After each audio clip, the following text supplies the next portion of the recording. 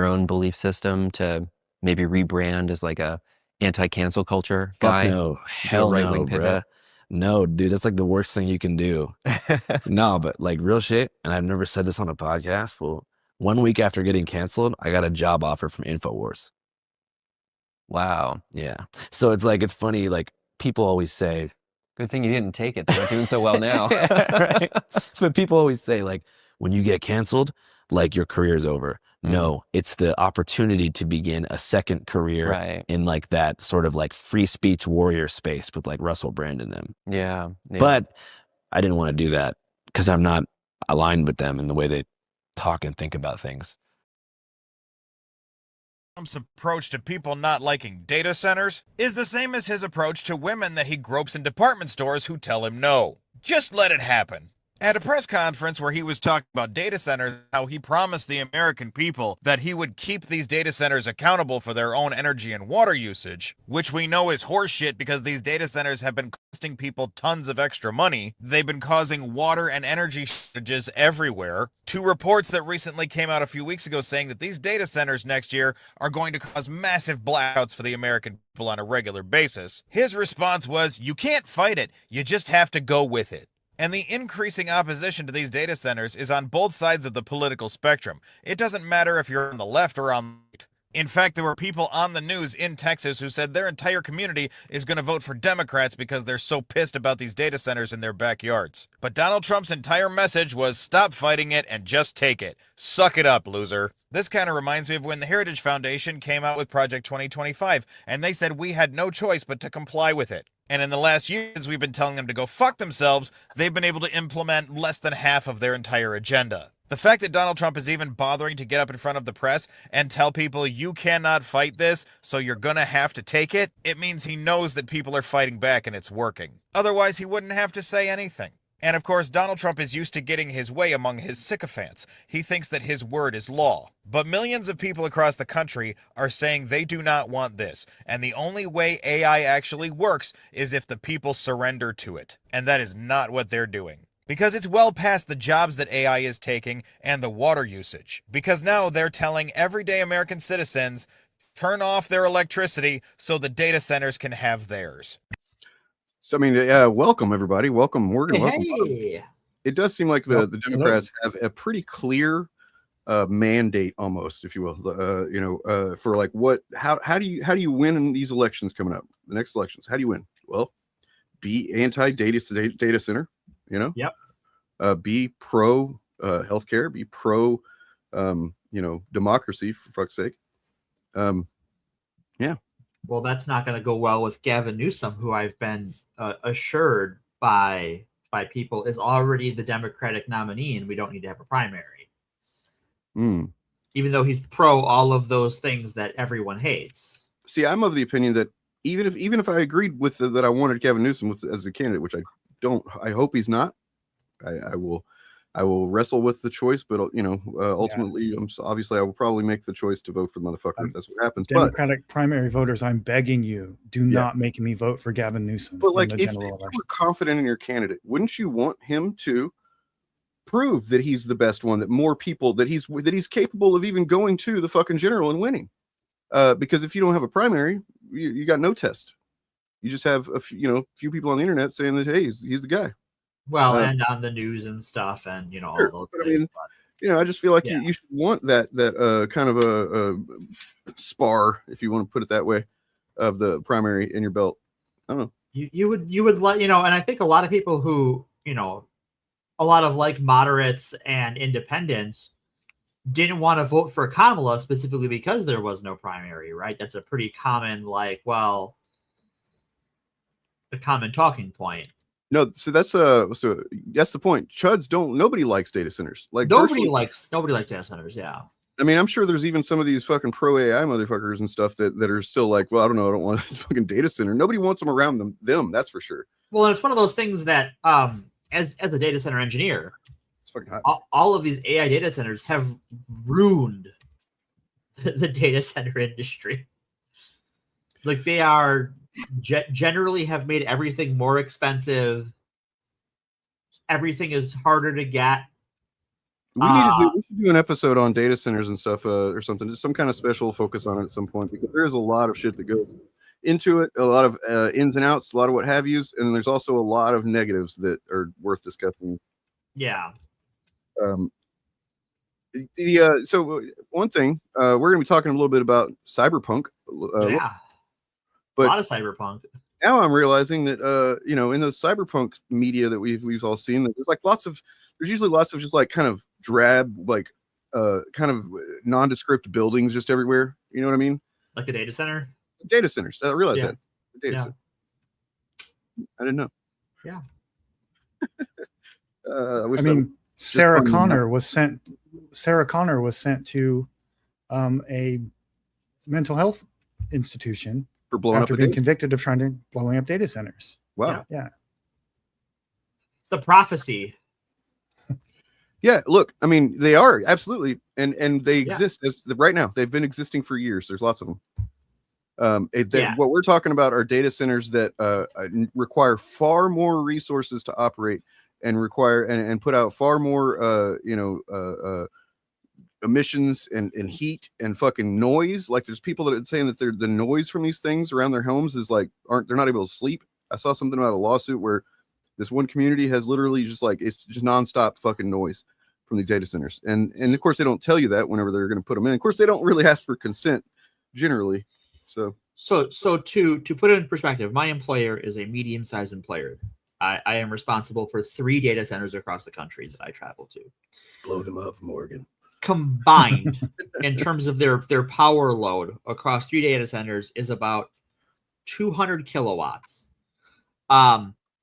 These data centers they're building are multiple megawatts. So think about the difference between like a kilobyte and a megabyte. And they're even talking about, like, in the future, gigawatt data centers. Like, we're talking exponentially more just for AI training. How many gigawatts did it take to run the DeLorean to go through time? Is like 1. It was gigawatts, but yes, yeah. Oh, okay. 1.68 gigawatts. Yep. So for time travel, that's what it requires. If that's right. So yeah, AI data centers are less efficient than time travel, is what we've established here. Love it.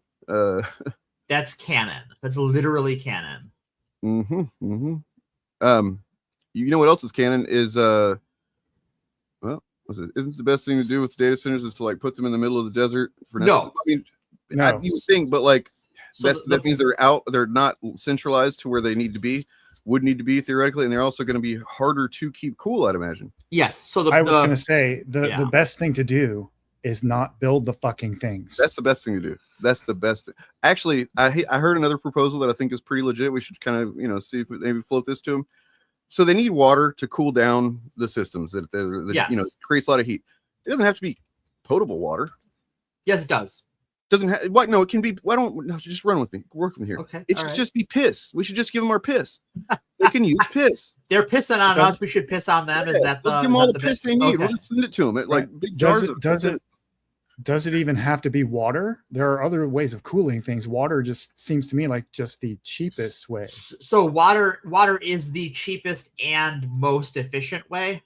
Okay. Water is a good medium for heat, and things like Freon and other cooling agents that are replacing Freon are more expensive, rarer, and also still kind of not as effective as water.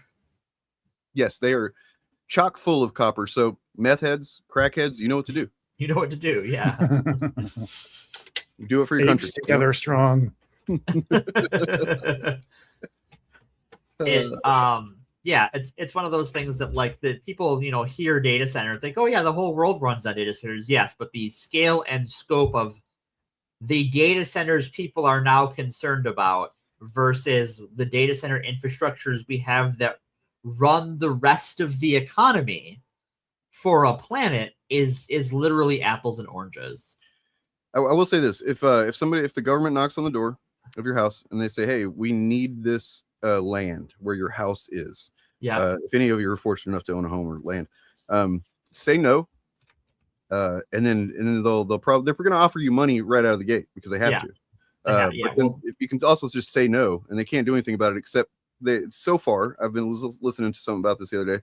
So far with this instance of, especially in Georgia right now, if you just say no, they'll offer you like twice as much next time.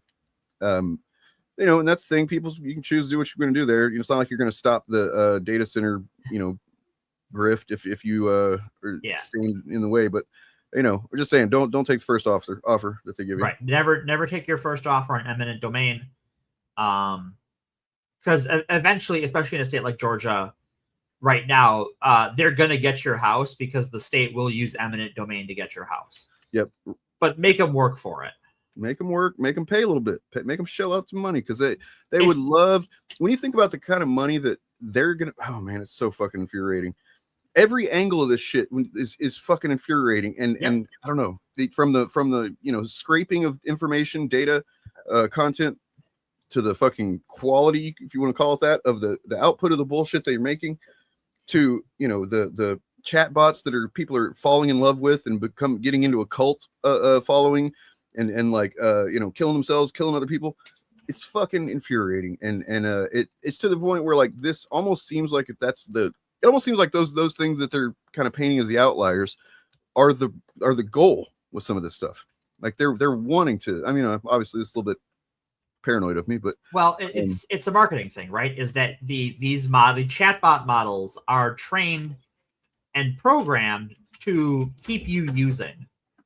And so if the algorithm, determines that the best way to do that is to feed you bullshit, especially as like Google's model is now doesn't lose data on you, doesn't forget the conversation like other chatbots are. So it will learn how to manipulate you as a marketing tactic effectively. And if the best way the program concludes to sell you more tokens is to make you think you're a god or whatever, then it will do that. Speaking of which, before we move on to movie stuff and all the fun stuff, we're going to get into the fun stuff. Trust us. I'm glad. But I don't want to talk about work. I'm off of work. I did happen to have this video. This is another one from I forget his name. It's something in Spanish because he's a Spaniard, but he's like an incredible drummer, and he's really going hard against Suno in particular, the music AI app, the one where the executive was like on a podcast and he said, people, it's just so hard to make music. Nobody likes doing it. What? It's just, he literally, and it's like, you clearly have never made music. And because yes, it is fucking hard. It can be frustrating. It can be fucking maddening making music. Yes. But I don't think I've ever thought, I don't want to make music. I just want to have the result of music. Right. I don't paint minis because I'm good at it. I paint minis because I like painting minis. Yeah. Well, so he's got this campaign he's doing. He used to sell shirts on his this YouTuber. He's huge, got millions and millions of subscribers. Just blown up whenever he started doing drum videos several years ago. He just blew up instantly. He's incredible. But like he used to sell shirts that said drum and bass, and then it would have the D and the B kind of marked out, so it said rum and ass. But now he said he's not selling those anymore. He's selling these new shirts. You'll see it. Major actors left. Oh, wrong thing. My bad. Uh-oh. This guy right here, it's not really enjoyable to make music now. And his company stole all the music that humanity ever produced by bypassing the copyright laws of all the streaming platforms. I'm not talking shit. They admitted to it on court and nothing happened. Well, they built a company called that's actually worth $5.4 billion. A lot of money. And people got mad. He does do a pretty cute little error here. I guess they maybe don't have the Atlantic in Spain, like as far as the journalism outlet, the Atlantic. Sure, yeah. So whenever he encounters it, he thinks, you'll see, but it's pretty fun. Okay. And you see, the good thing about people getting mad is that they organize. So some good folks decided to create a database called The Atlantic, where you can actually check which companies have used your art without your... So I'm guessing that I don't know if they're associated with The Atlantic or if they just posted it there or whatever it is. But I mean, I don't think it's just The Atlantic is... I don't know. But I don't know. Look into that for sure. your consent in order to train their generative models. Not only for music, but also for video, graphics, and all sorts of things, right? So every single musician ran to the website and checked if they were stealing their music, and of course they actually did. Which is f***ed up, but at least now you can take legal action. But since this website includes all the generative AI tools, I thought to myself, instead of checking with my band's name, I should check with my content creator name. So I looked it up, El Estepario Siberiano, and apparently a company named Runway Gen 3 has stolen 572 of my videos, just so that people can do this. Oh, it's so gross. Cute. Now that pisses me off. Long format music video. So he goes on to because I feel like my shit's kind of choppy for some reason, but he goes on to break it down in a way that I never would have thought to, but it makes sense. So he's like, you know, you can stop with just looking at how much money those videos earn on YouTube. He can look at that and then you can say, so they've technically stolen, you know, around about this amount of money from me, right? But then the way he does his videos typically, because he'll do like covers of songs and stuff, and he says he takes like usually a week to practice several hours a day to make sure that he's got the cover just like, you know, as best as he can do it before he films it on a Sunday. But he hires a video camera guy, he hires a sound guy, and he hires an editor every single time. And then so he's like, you know, adds up the money that he's spending on that just to make a video. And so they're technically stealing from that much from him too. And it's like, holy shit. It's pretty fucking gross. These people are the worst. AI people are the biggest thieves and pirates. Like think of everything, you know, the recording industry and the movie industry and the TV industry did over decades about piracy. Yeah. And now it's so fucking nakedly like, oh, so you were always just full of shit. You were just mad that like we figured out a little hack with getting movies for, you know. Oh yeah.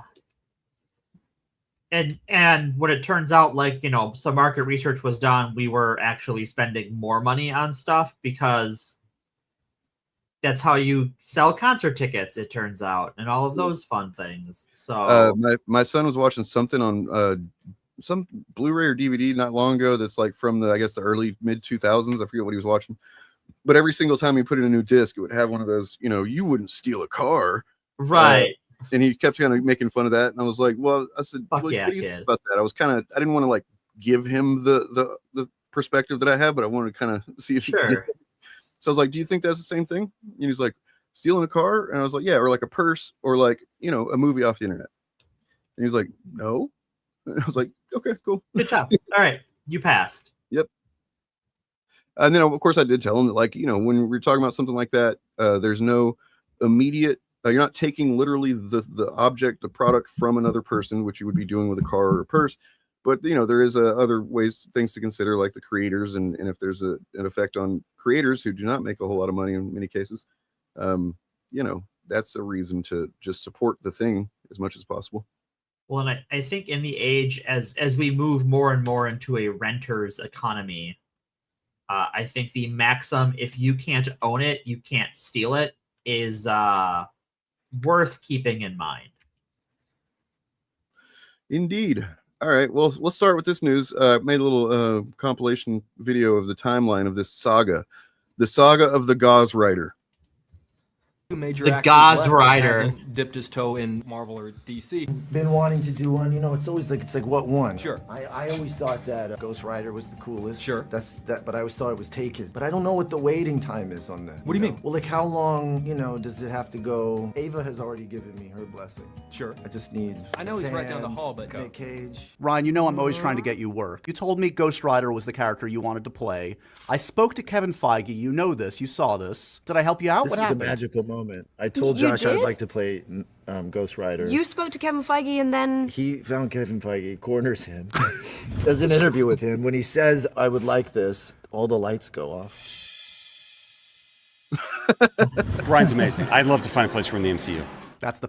So I like Emily Blunt, you know, other than the fact that she's married to, what's his name, who's kind of a dick snot. Yeah.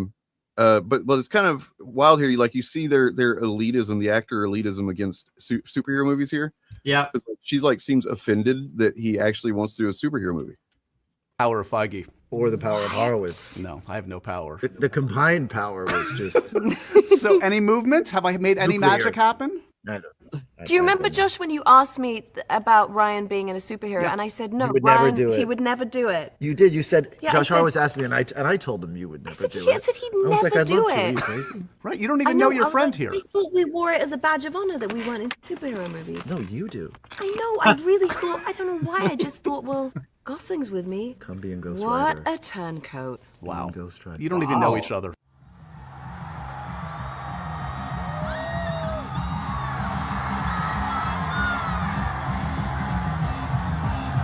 There it is. Look, I'm a fan of Ryan Gosling. I'm not even saying that. I think he's fantastic. He's probably one of the, I mean, maybe the most well-rounded performers in Hollywood these days. As far as like, I mean, he can do everything. He's got a lot of range for sure. You can do very serious, dramatic stuff. You know, then you can do comedy. If you haven't seen The Nice Guys, fucking watch The Nice Guys. He's hilarious in that shit. Yeah, and then also obviously sing and all that other stuff that I don't really care for, but it's, you know, good to know he can do it. Yeah. I don't like singers, you know. No, I don't like musicals, is what it is. So my question is, which Ghost Rider will he be? Obviously not Robbie Reyes. Right. Which is kind of funny because when I was looking around on Google for images, there's a lot of people that are just grabbing whichever Ghost The Rider most recent Ghost Rider, yeah. I want to say that I hope that he's going to be my Ghost Rider, the one that's always been the first one I think of because he was the one whenever I got into comics, Dan Ketch. Sure. And then that way you could let, you know, maybe even have Nick Cage be, you know, still be fucking whatever. Ghost Rider, yeah, you could. Johnny Blaze. Yeah. I think that's I mean, the most kind of obvious answer for the solution for them to do, right? But yeah, I don't hate that. I would actually like them to, like, you know, if this gets a sequel or whatever, to bring Robbie in, because I do think that he was the both the character and the actor who played him in the Agents of S.H.I.E.L.D. show, which for a hot second was part of the MCU in theory, was really good. Like, he was good in it. The show was kind of whatever, but the Ghost Rider arc was pretty awesome. the Ghost Rider part of Agents of S.H.I.E.L.D.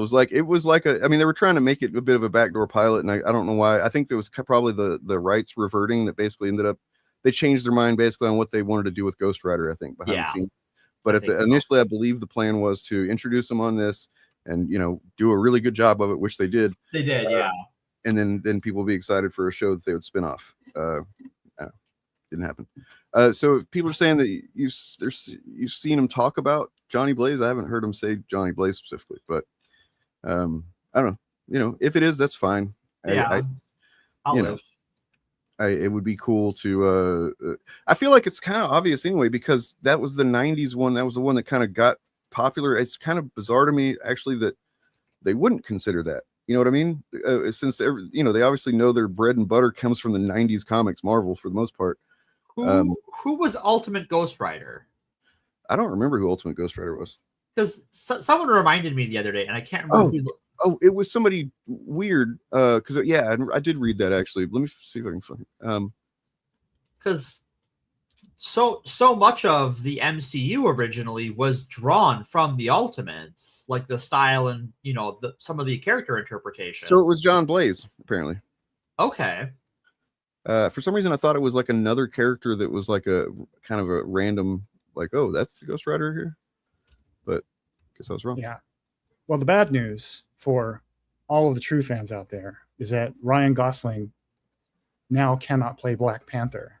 Yes. Oh no. Which is why this podcast is going to be advocating. Sadly, yes, I know y'all are heartbroken about this. All the chuds that have been calling for it, you know, They've really wanted Ryan Gosling to be T'Challa. But you know, I think whenever I think there's this in Chinese, there's one word for opportunity and crisis. I think is something that I read on the toilet one time. So, I believe that. So I think that in this, you know, because he can't be Black Panther anymore, obviously, because he can't be two characters. But I think the opportunity that opens up here is this one. Now, Nick Cage, like, he's he's an older gentleman, so he brings a distinguished air, a regal persona, to a regal ambiance to the role, a kingly energy, you might say, that I think makes him the perfect choice to play the next part. Is somebody going to try and tell us that he doesn't have the chops? You know what I mean? Like, well, you can just imagine. gosh, Kevin, you want me to play T'Challa? See, I think, the chuds are going to be mad that it can't be Ryan Gosling, but I do feel like Black Panther should be a character that has some representation. Mm-hmm. And I know they don't want it to be a black person because they're really upset about black people. Okay. So maybe we could have Elliot Page. He's white, right? Honestly, legit. Yeah, and he's also like, and not even saying this as a joke or to be ironic or anything, exudes masculinity compared to a lot of these fucking chuds. Yeah, he is certainly more masculinity than any chud with a YouTube channel. And just as an aside, the average height of Greek warriors in the Bronze Age was about 5'5" tall. So that would make his casting in the Odyssey one of the most historically accurate elements of that movie. Yeah. So he's already got that, under his belt too. So I don't know. I think he's a little too young. Okay, fair enough. The role of a king, we need to see a seasoned T'Challa, right? Not the new. They've already done the story where he's the young prince who becomes the king and has to take on the burden of kingship and reconcile being a good man with having power. We need to see a story about a man who's been a king for a long time, and he's kind of burned out on it, and he finds his magic again through some adventure. So I say Nick Cage over Elliot Page. As good as Elliot Page is, okay, all he right. has many more years ahead of him to take up the mantle, and Nick Cage is kind of in the twilight of his career. So sure, let's let him go out on a bang. Sure. Okay. I just had a whole like imaginary thing, and while y'all are talking about that just it made me really, really happy seeing this. So Frank Castle. Now imagine John Bernthal, Frank Castle. Just imagine if they had the balls to do this. Marvel, you don't have the balls to do this. So maybe Frank dies in Spider-Man Brand New Day or whatever. Maybe then what next thing he's in, something like that. And maybe first you do the Frankencastle story arc. Oh right? yeah, I would legit be down. But then after that, then the follow-up could be Cosmic Ghost Rider. John Bernthal the whole fucking way through. I know he probably wouldn't do it. He probably would scoff at the idea. But yeah, man, that'd be fucking crazy. I'm honestly hoping that a Ghost Rider movie means that we are getting a Midnight Suns movie at some, maybe not a movie, but the Midnight Suns. I think so. Based on how this came about, I think it's just going to happen because you can find. I was looking through, the history of this whole thing because I didn't know that he even said that until I actually saw that randomly the other day, like before the announcement. And then this was the announcement yesterday. I was like, "Whoa, that's fucking crazy timing!" That he had at one point said that he wanted to be Ghost Rider. And then I saw where Oscar Isaac at least one point said, "Do it, Marvel. It's obvious. Just do it." Talking about Midnight Suns. Oscar Isaac being, Moon Knight. And yeah, so I mean, I think that you already got two name actors that are excited about doing it. They want to do it. Yeah. It just seems like a no-brainer. And they've already introduced multiple characters who have been or could be, at least in a live action version, great members of the roster. Who are we missing from the Defenders? Because I think we have everyone now from the original Defenders lineup, right? We have Hulk, Namor. Yep. Silver we Surfer. Have Doctor Strange, Silver Surfer. Well, we have a Silver Surfer. Yeah. So can we do? But in the MCU, as far as Midnight Suns goes, we've already got Doctor Strange, Man-Thing, Moon Knight, Elsa Bloodstone, and now Ghost Rider, and maybe Blade. Bring Ryan Reynolds back as what was his name? Hannibal, whatever. Oh no, no. Which was basically just Deadpool. Which was just Deadpool, yeah. Hannibal King, yeah. That's it. That's the closest we've gotten so far. But I mean, yeah, I do feel like this is a bit of a consolation prize for them just biffing Blade. And I do believe that's. I mean, obviously, ultimately, it's the studio's fault. But I think that maybe Mahershala Ali was a little bit too wrapped up in it. And in the same way that Edward Norton did with his Hulk movie, and that's what the issue might have been based on.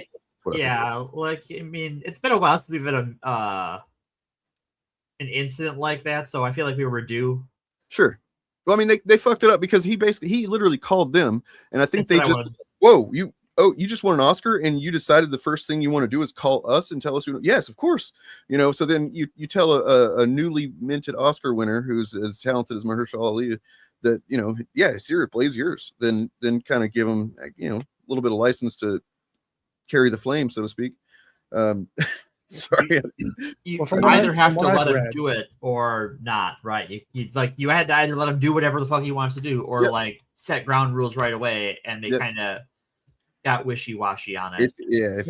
From what I've read, they kept turning in scripts that made him that essentially sidelined him for his daughter character.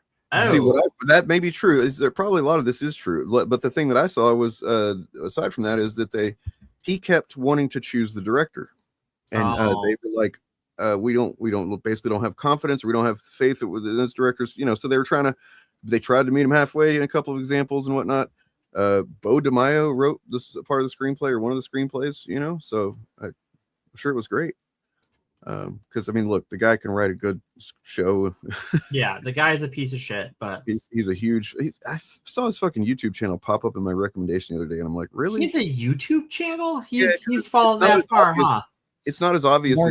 Morgan, everyone except you has a YouTube channel. Oh, is that how that works? Oh, okay. I'm glad to be the last human on Earth with a YouTube channel. That just makes me happy. Yeah, Agatha, holy shit, that'd be really good. Oh yeah, shit, you're right. Yeah, and they've Wiccan is in the MCU now. Like, there's tons of supernatural characters they could. Scarlet Witch, if they bring her back, tons of them could be in a Midnight Suns project. And I think even that if they are not part of the roster in the comics. They still fit the theme of like the supernatural side. It seems pretty obvious that one of the ways that they are going forward to, hopefully, reinsert themselves as Marvel, right, is to, do because I also saw that they are now there was going to be a Nova show, and now they have said fuck that, Nova's going to be a movie again. I think what we've learned the last few years is they just need to do movies. Yeah, for the most part. And maybe Wonder Man, I think, was a good example of like they need to be able to determine based on the material and what's what they come up with, like what its best format would be, right? Like instead of announcing before they even start working on the thing, right? Like I think what? Go ahead, Bob. I was going to say it's very telling that their Hall H announcement this year wasn't anything more than Secret Wars, Black Panther 3, and Ghost Rider. Yeah. They're being more conservative in their projections of what they're going to do, which maybe I think is a good thing because they're managing expectations.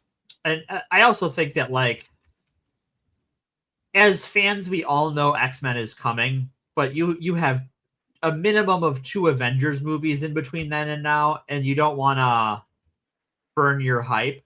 Yeah, you gotta. They've realized now that the hype is a capital that you can spend all of. Right. Yeah. So, yeah. I mean, they have been openly saying that after Secret Wars, the focus of the MCU is going to shift to X-Men stories. They're still going to do other characters, but the X-Men will take center stage. Quadrants. I think the X-Men, the mutants will be the main thing probably, but like then there's also going to be, I think, the Midnight Suns type of stuff that we were just talking about, and then I think some space stuff as well. Yeah, they need to redefine their space stuff because James Gunn he carried that shit and now he's not there. So they need to find a way to, kind of get us back on board with the space stuff. And they've confirmed that an X-Men movie is coming, that a Shang-Chi movie is coming. Oh, good. But they haven't announced any dates or anything yet. They're actually casting for the X-Men movie right now. Sure, I would imagine. Yeah. It's something that I saw a video. I think it was what's his name, Nando or whatever. Was talking about the casting of who they're going to get, how they're going to even do Magneto because of the obvious. We've talked about it before. The problem of the sliding time scale becomes a real problem whenever you're talking about something so fixed in history as the Holocaust and a character like and he's I think he said Well, what if it's just like his magnetic powers have allow him to just basically, keep him looking young or whatever. And that seems like an easy answer and kind of silly, but it also probably could work. Yeah, like with the right rubber science, it could work. But I think the obvious answer has been staring us in the face for years. Make him a survivor of Sokovia. That's an option too. But he'd still be Eastern European. He'd still be. I just don't think that works because it needs to be a genocide, and Sokovia was just kind of like chosen because it was happened to be something that Ultron didn't choose that because he hated the Sokovian people. That's what I think it has to be, though. I think that like you're already talking about like mutants, right? Like Magneto is a mutant, that he lives a little longer than a baseline human is just within the realm of normality for mutants, right? That's not even that weird. I mean, we've already got Wolverine. Right. There's lots of Wolverine. Mystique is a few hundred years old at this point. Destiny's pretty old. They could say something like, he could explain that, to Wolverine, even if it comes up, or whoever, like, well, yeah, I've realized over the years that my magnetic abilities allow me a bit of a regeneration as well, or something like that. Just and slower aging. Yeah. Like it's I think they're probably not going to lead with Magneto. I hope in not. The new X-Men movies. They're going to save him for a couple of movies later. Unless he's just not a villain yet. And he's like actually more like how, he becomes in the show, the X-Men 97, where he's, maybe even if they wanted to start out with him and Xavier as friends. Well, no, maybe because I've already done that. We've already done that, yeah. No Magneto. I just think because of the backstory problem, and because as a cultural icon, the Holocaust is baked into the public perception of who Magneto is. Yes. I would argue it doesn't have to be the Holocaust, but they got to figure out a way to get the backstory right. So I don't think they're going to lead with him or with Wolverine as being main characters in an upcoming X-Men film. Here's what I would start with. Not to bring us back into the political realm of things, but imagine there's like organizations, especially one that exists to, kind of propagandize and massage narratives regarding, the state of Israel and conflate that with the Jewish people themselves. Imagine what they might say to learn that Magneto is no longer a Jewish survivor of the Holocaust in the movies. I'm just saying. I think it's too core to his character.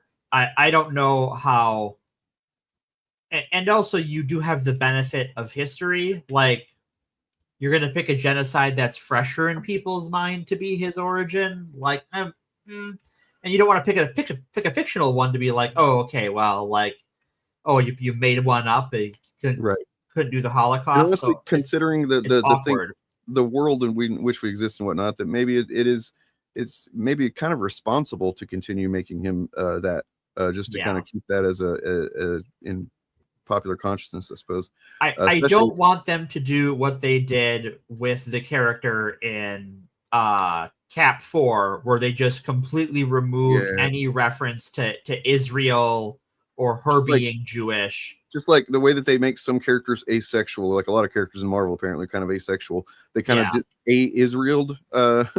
Yeah, I don't think that's a healthy idea. Yeah, probably not. But I'm sure they will figure it out, or maybe they already have. But I think that the thing to do, when I've said before, as a Wolverine, as my number one guy fan, I don't even want to see Wolverine in the first movie. No.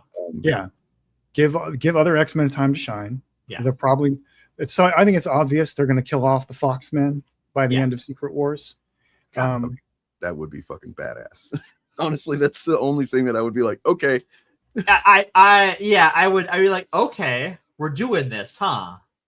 Yeah, but this is why they won't do it. That's no shot. But what we have to do as people now is we have to hold the line on this Palestinian genocide that's been happening, and then hopefully maybe in the next reboot or the next reboot after that they can do something like that, because it'll be just such established history that people will think of that in the same way that we think of the Holocaust. The numbers won't be the same, but still, I mean, there have been other genocides between the Holocaust and now that were relatively famous that could be used, but they don't stick in the public imagination like the Holocaust does. Right. No. So it's gonna they've got to, they're going to have to work something out. And Yeah. I don't think they want to start with Magneto. I don't Glob think Herman solo movie, or I'm out. Marvel, I'm fucking Oh, out. fuck yeah. Let's go. My man, the Glob. Just fucking fretting and making some food. That's all I want to see. He's just fretting. I will say the only good thing to come out of Age of Revelation is like Hunter Killer Glob Herman with the sniper rifle. That was pretty badass. Oh yeah, that was pretty badass. And then everything after that, downhill. Like just team him up with Strong Guy, and I'm totally in. Yeah, if we could do the non-sexy X-Men, like call them the X dorks or something. No, call them the X-Men, but just like none of the sexy ones. And I love my sexy X-Men. Big sexy X-Men enjoyer. I sang about him one time. Little callback there to the Wolverine is gay song. Wolverine is gay. But in all seriousness, I think it would be interesting. They will not do this, but I think it would be interesting to see a Magneto who has his origins like in the Rwandan genocide or the genocide of Muslims that happened in Bosnia and Herzegovina in the 90s. Something like that would be interesting, but those aren't as iconic to people as the Holocaust. So they would have to do not a lot of explaining, but they would have to do some reminding and some updating for people who have been born since those things happened and don't have any cultural memory of them. I also think if you wanted to modernize his portrayal while still keeping it grounded in the Holocaust, you could cast an actor who is less white, right? There's a lot of non-white Jews that died in the Holocaust. Yeah, but the issue I think with the Holocaust is the time. It's been almost 100 years since that happened. Magneto's a mutant. That's fine. That's what we right. started. If they can establish when they introduce the X-Men in the MCU, if they can do something to establish that mutants just live longer, fine. Maybe that's what they'll go for. I just think that like there's so many straws in Magneto's character that tie back to that it would be hard to reinvent it and not lose something in the character, right? Because it's not just any genocide, right? He is a Jewish man, and it's a confounding problem because there's the meta stuff, the meta consequences of choosing that too. So like we talked about, there would be people upset for various reasons. You know what I mean? Whereas like keeping them the same, people might just be upset because like Nazis might be upset, but they're always upset.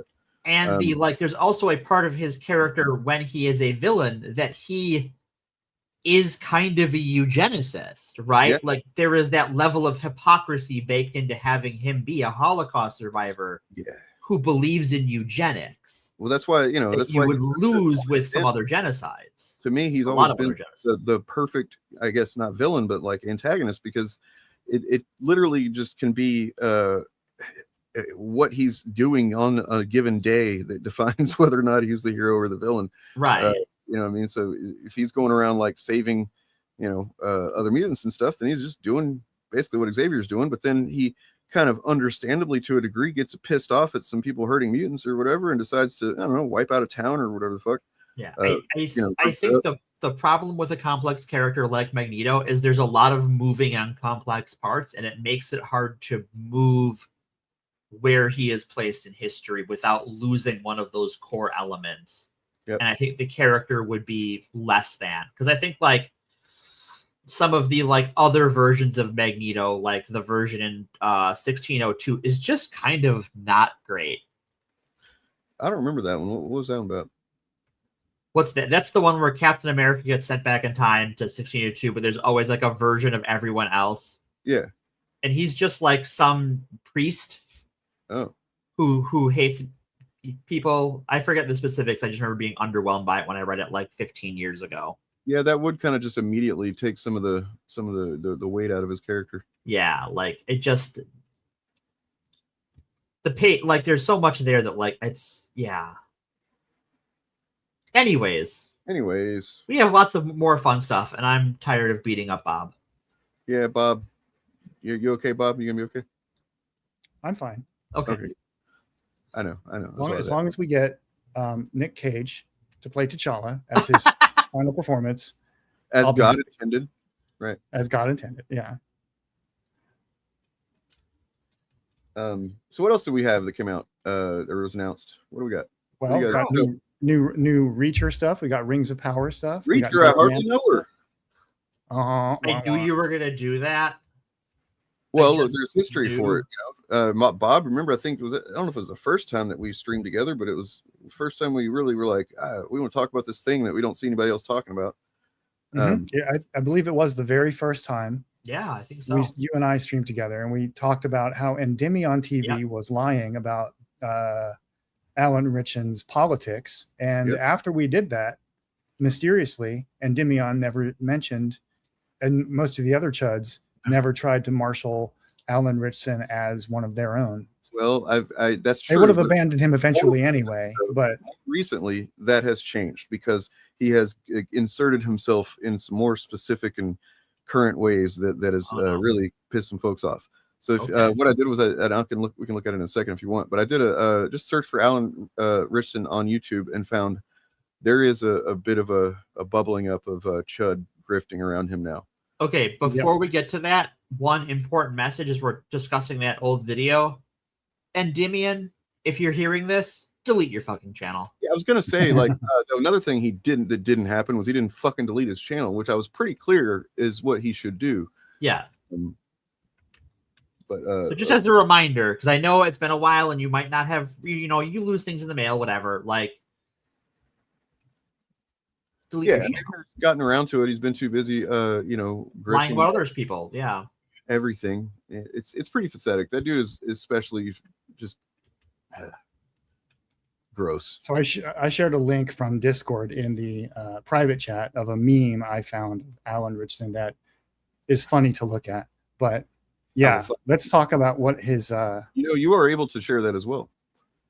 I know you have that power. I don't know if you knew that, but yeah, I just didn't bother to download it onto my computer. That's all. But I'll go ahead and do that. What the hell?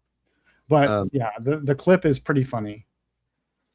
All right, so what are the chuds grifting on while Bob is getting that loaded Well, up? let me find that. While I'm finding that, here's a pretty recent thing. This is pretty great. A lot of actors that are afraid to kind of like speak their mind and kind of like give it. Josh Horowitz again. He's just in everything, you know. He really is. Right in the middle of everything. Shit, I told you, I'm missing that gene, dude. I need that because it's honestly, everybody's scared around me for what I'm going to say. Everybody's saying, my publicist right now is like, I say she's like biting her nails. Her nails she bites her nails down to the cuticles. They're just tiny little cuticles left. And so what is this idiot going to do? I just have to. She actually showed me her beautiful nails right now.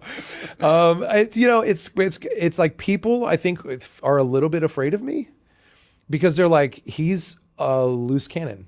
And I'm not. I'm just saying the shit that everybody should say if they give a shit about humanity, And why am I the exception to the rule? Bitch, everybody else speak up. You are all feeling the same thing, you idiots. Like get loud and stop like kowtowing to the wrong people. Stop bowing down to people that like have power. You got power too, man, and power in numbers, dude. You know what happened if like everybody felt like me? Everybody felt like, I got to be careful. I left Dax Shepard. I just did Armchair Expert with Dax Shepard. And I went on a goddamn rant that I left I was like, that's just not, man, it's just not me. I shouldn't say those things because people are going to start to get like, he's scary. No. But I just like, dude, he goes, I love Dax. I had the best time on his show. And he goes, maybe you should let go of that stuff. And I'm like, let go. I was like, everybody else should have it. Everybody else should feel like I feel. The world is on fire. Mad about the way things are and the abuses that are happening. The Epstein files. The fucking Epstein files. God damn it. Where are they? It's a fucking law, bitch. Show it. You fucking pedophiles. I shouldn't say fuck because I'm a Christian and people are going to go like, how can he say fuck and he's a Christian? Because that is something that should make you want to say fuck. Sorry, God. No, I mean, yeah, and I have seen people. There's several of these videos that I've seen pop up here. Like, for instance, here's a Crowder clip. We're not gonna watch it, of course, but like, it is called "Crowder Destroys Jack Reacher's R-Worded Trump Rant." Oh And my gods, dude. Several Really? of the things that I've seen from a Chud or some right wing figure, it's weird what they say that they won't say what it is he's talking about that they're mad about. So they say he goes on a tirade against Trump, but they don't say what about. If there's Right. room, you can put it about the Epstein files in there in your headlines, guys. You should put that. It's weird. They used to put the Epstein files in all Just- their headlines. Bob, isn't No, that right? just- They used to always. Yeah, just let Alan finish. He hasn't even mentioned Trump yet. Let him get to the relevant point because it's pretty funny. And then I'm sweating now. This is my fucking politics, dude. I would fucking railroad these fuckers. I would get those Epstein files out in 2 seconds. Yeah, dude. 2 seconds. Fucking move out of the way. Like, get out of there. I don't care what room they're in, bitch. Move. Like, give me the fucking manila envelope. I will get you the Epstein files. Sorry. You got my vote. Whatever you want to run for, you got it. Don't you want to see what's in there so that we can hold people accountable? These fucking rapists? We're just cool with it? That bitch has the keys to the nuclear. He's like all up into 13-year-olds. Like, dude, what? Go to jail. Go to jail. All right, what are we talking about? Yeah, brother. He's That's all up awesome. in 13-year-olds. Wow. Fuck yeah. So Yeah, it's weird Crowder didn't want to play that. All right, I'm going to share the picture real quick because this is All the right. perfect time to show it. Excellent. Fuck yeah. Fuck yeah, brother. And That's you know, we talked about then that I had just kind of learned all this about it whenever we did that video, Bob. But like I you know, paid attention to it since then. I've watched Reacher for one thing, and I'm very excited for season 4, which looks honestly, probably more exciting than any, like as far as like a lot of action seemingly compared to previous seasons maybe. But it just looks great. And yeah, so this is a guy who has bipolar disorder. And he, I think, had some kind of other issue with his health when he was a kid. You know what I mean? Oh, and he's just like gone on to, you know, make this out of himself. And then, you know, he doesn't sacrifice who he is. And this is somebody he's a very devout Christian. Yeah. And, you know, normally somebody tells me they're a devout Christian, I'm going to be like, you know, yeah. And I'm usually kind of sometimes turned out to be right. If I get to know that person enough, I'm like, oh, I see where you're just like a big ass hypocrite and kind of a shithead. But I mean, if they were like him more, I'd be like, hey, Christians are great. All of them. This guy is so devoted of a Christian that his YouTube channel is called Insta Church. And he just puts up Christian sermons that he mostly ad libs when he gets a chance. He doesn't upload regularly anymore because he's a busy guy. Right. But when he was a struggling actor, that was his main outlet on social media. And he just did like liberation theology, Martin Luther King style Christianity uploads, like social gospel, Jesus was a communist. He actually has a video where he says Jesus was a socialist, right? So that's the kind of Christian he is. And he's been this way for years. And when he first popped off, all the chuds like Endymion and a couple of the other ones tried to like, all they knew was that he was a Christian. So they were like, okay, so they here thought we he go. was a bigot. Yeah, so they thought he was one of theirs, and they were quickly disavowed of that notion.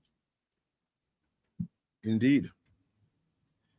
I would love to live in a world where when someone says I'm a Christian, I don't have to look to see where the exits are. That'd be super swell. That I actually and he is. By the, I want to point this out. That you know, that espoused the beliefs, the teachings of Christ. If I, that's what sucks. Is like I know what Jesus taught. I know the things he said. You know what I mean? And then but whenever I hear somebody say they're a Christian, I have no confidence that that's what they're about. Yeah, you were gonna say, Bob? Yeah. I want to point out that he is queer affirming as well. Sweetness. He's not ambiguous about it. He doesn't like advertise it. Sure. He doesn't advertise his politics very much anymore, but he has partnered in the recent past with charities that take care of homeless queer kids and stuff like that. So that's one of the most important things you can do, honestly. This was uploaded 1 day ago on Associated Press. Be loud and proud about your convictions. I want to live a life that feels meaningful to me, and I think that means speaking my truth. We're on different ends of the spectrum now, where there's like 30 books about Reacher, and we're inside of his head the whole time, and it's all sort of told through his POV. The only thing I have to protect is the creative integrity of what Lee Child did for us. Whereas Neely, Lee never really dove into the backstory there, and so there's the luxury and the burden of expanding on what's. So he went from they asked him about why he speaks out, about social issues, political issues, and he said that, and then now he's talking about which I just learned today. I think maybe I'd read it was going to happen at some point, but a spin-off series of Neely, the chick that he gets a little assist from, well, actually large assist from a couple times. That was in his unit back in the army or whatever, and that looks pretty good too. I was not expecting a Reacherverse, but I guess into the Reacherverse. Yeah. Honestly, like it's crazy to think that, like, I remember whenever the Tom Cruise Reacher movies came out, and I was just like, I have negative interest in that. Like, I just don't care.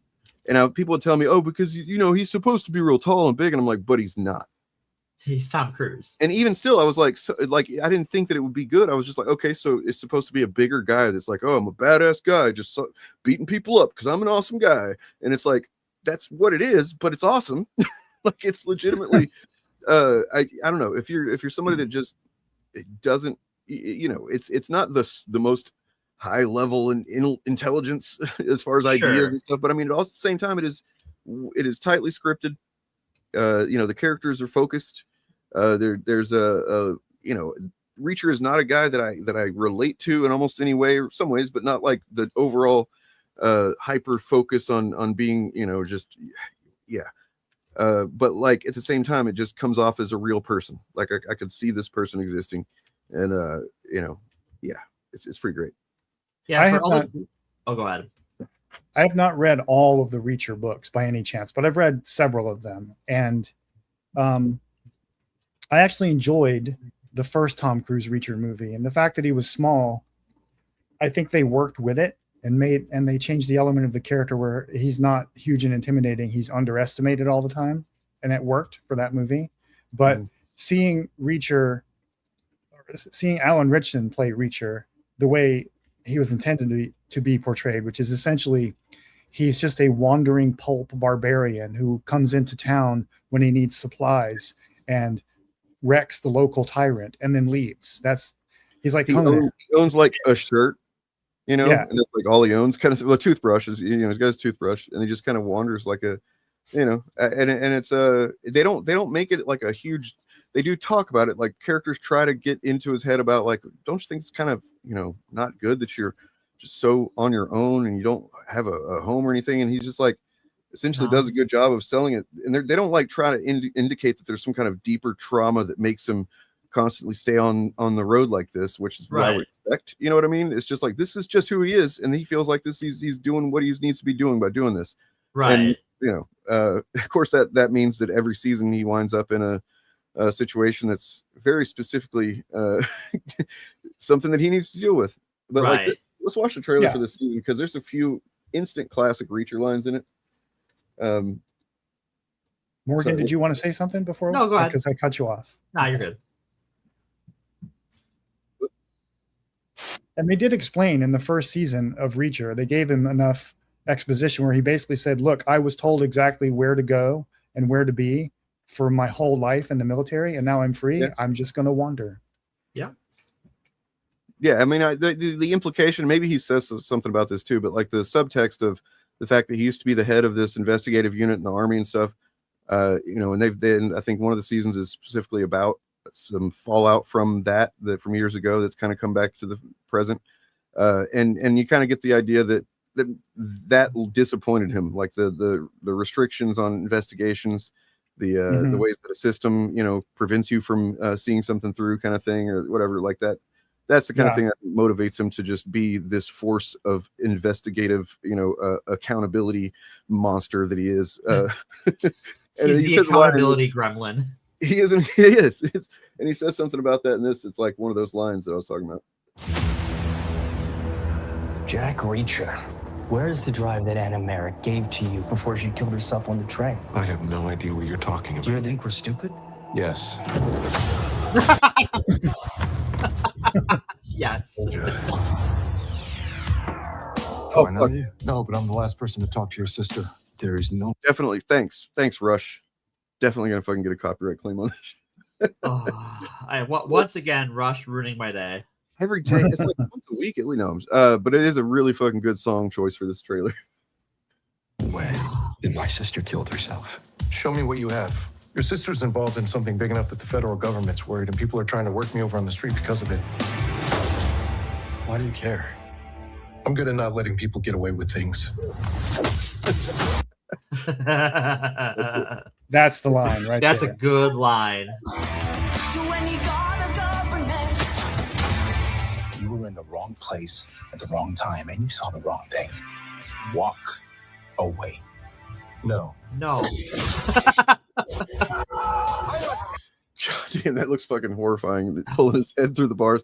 I love how like there's so many instances where like in your average, even a talented scriptwriter that was working on a script about a hero, badass hero that's gonna end up in a situation, he's gonna save the day or whatever. They would have him say something specific and like longer and like something that sounds meant to be cool, right? No is cool. But no, they just have him go no. Like, yeah, it's just fucking, it's perfect. And you've got an actor who can deliver it, right? Because like not everyone can make that no work. He makes it work. You can't do like that. Shut up. They weren't the only ones who wanted it. 2 people tried to kill me over it. What happened to those people? They got away? Context, they got away. They did not get away. They did no. Probably. That depends how you define away. They got away from this life. And they have shown some various ways that they've gone about. He and his friends have gone about. If some like really when it's really bad guys, like some truly vile fuckers, they will make sure that they're just never found. Right. Like in the I think it was second season where they kind of hid some bodies of some bad guys in some drying cement underneath a building that was being erected. So yeah, they got away. I'm a journalist. I have to get the story out. A man like Samson cannot take the White House. You can't have just some fucking criminal piece of shit guy taking the fucking White House, Yeah. Oh, that played that'd be by nice. played by Buffy the Vampire Slayer's season 4 boyfriend. Oh God, that is him. Holy yeah. I remember thinking he was not a very good actor in that. You were right. He was not. But maybe he's gotten better. I hope Time so. will tell. Because he was mostly cast. I mean, like, this is an aside, but he was cast in that role to look pretty, and his job in the show was to be kind of a dumb jock. So maybe he was playing that role really well, and Mission we Chaplin? all thought he was bad at acting. Some task force though after that, where he was like a cyborg or some bullshit. That was crazy. Well, he was part of a secret military unit, but his Hold the persona fuck was up. he was a I'm jock. sorry, gentlemen. I have not watched Buffy somehow. I know I'm the last queer person who hasn't watched Buffy. There's a cyborg in Buffy? Morgan, it is the most like this show is, I mean, it's for the most part. Am I wrong? He's like kind of a cyborg, right? No, he stays human the whole time, but there is a cyborg in the show that is like so like they do retell a lot of the classic gothic monster things. Sure. And season 4 was Frankenstein, basically. So the big bad is like a Frankenstein monster, but because it's modern day, he's also partially cybernetic. He's a cyborg. I guess I got my memories crossed, and for whatever reason, I was picturing him as being the guy that became that. No, it was the other guy, the other generic white guy in the show that was added just that season. No, I would say Buffy, you should definitely watch it, Morgan. I think you would probably love it. I did. I didn't think I was going to. I had a gay roommate when it was the last place I lived really before I left Texas for Oregon. So I was in Austin and like I had his gay roommate, and I only say that because he was just very adamant that I should watch it because he's and that's a queer person in the 90s. Yeah, I understand. No, I mean this wasn't in the 90s. This was 20. Same difference. Yeah. But I mean, I had gone all this time without watching it because I kind of just wrote it off as like stuff that's on the CW or whatever. I'm not gonna like it, Sure. And it definitely has its corniness to it, but that eventually that just becomes a big draw for it. Right. Yeah, it's incredible. I think there's some fantastic storytelling that done in that show. That why are we talking about that? We're supposed to talk about new stuff. Stop it, Dane. Yeah, talk about Reacher. But you are correct. Buffy the Vampire Slayer was iconic, and it changed the way television was made. Right around the same time that like Babylon 5 and Deep Space Nine were also doing long form storytelling with season long arcs and stuff like that. Buffy did the same thing, and it just kind of revolutionized the way TV is made. Yep. And then right after that was whenever you get like Lost and Battlestar Galactica and the next evolution of that. One of those is even good. I'd say both of them were mostly good. I did not care for Lost. That's fine. So I mean, I'm a weirdo in that most people that liked Lost liked it less as it went on. I liked it more. It got way more sci-fi and like, yeah, just fucking wacky. I'm like, yeah, I love that shit. Fucking time traveling islands, fuck yes. He's on the run. I'm not CIA. My van has cats on it. You think a hat's gonna make you blend in? We have mercenaries, feds, the CIA, and all after this thing. We still don't know why.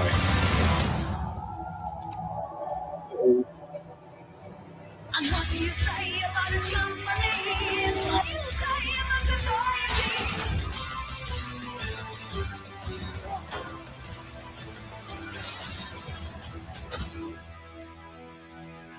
Still alive?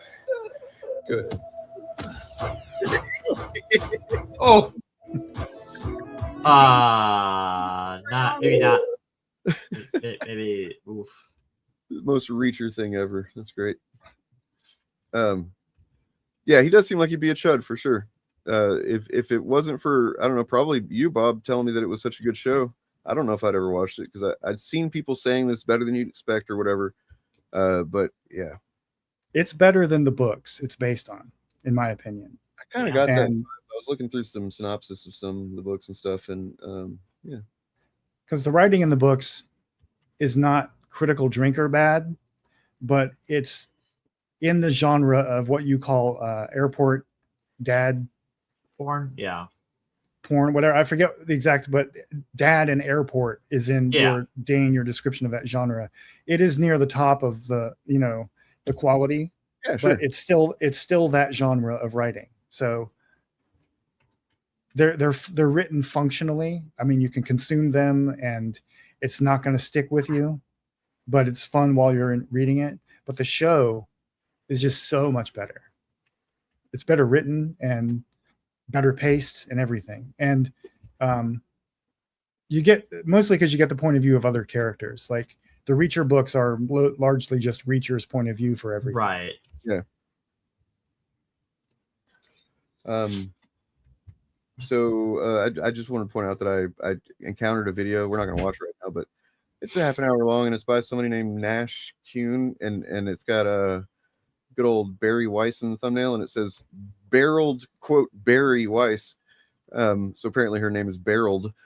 That's canon now. That's canon. I don't know. That was pretty funny. I agree. I worked with Barry Weiss. Here's why she's like that. Oh, fuck. Okay. Sounds like some tea. For later. Yeah, some tea. Sure. It's not tea time, so we can't do the tea. Yeah, I see. Okay.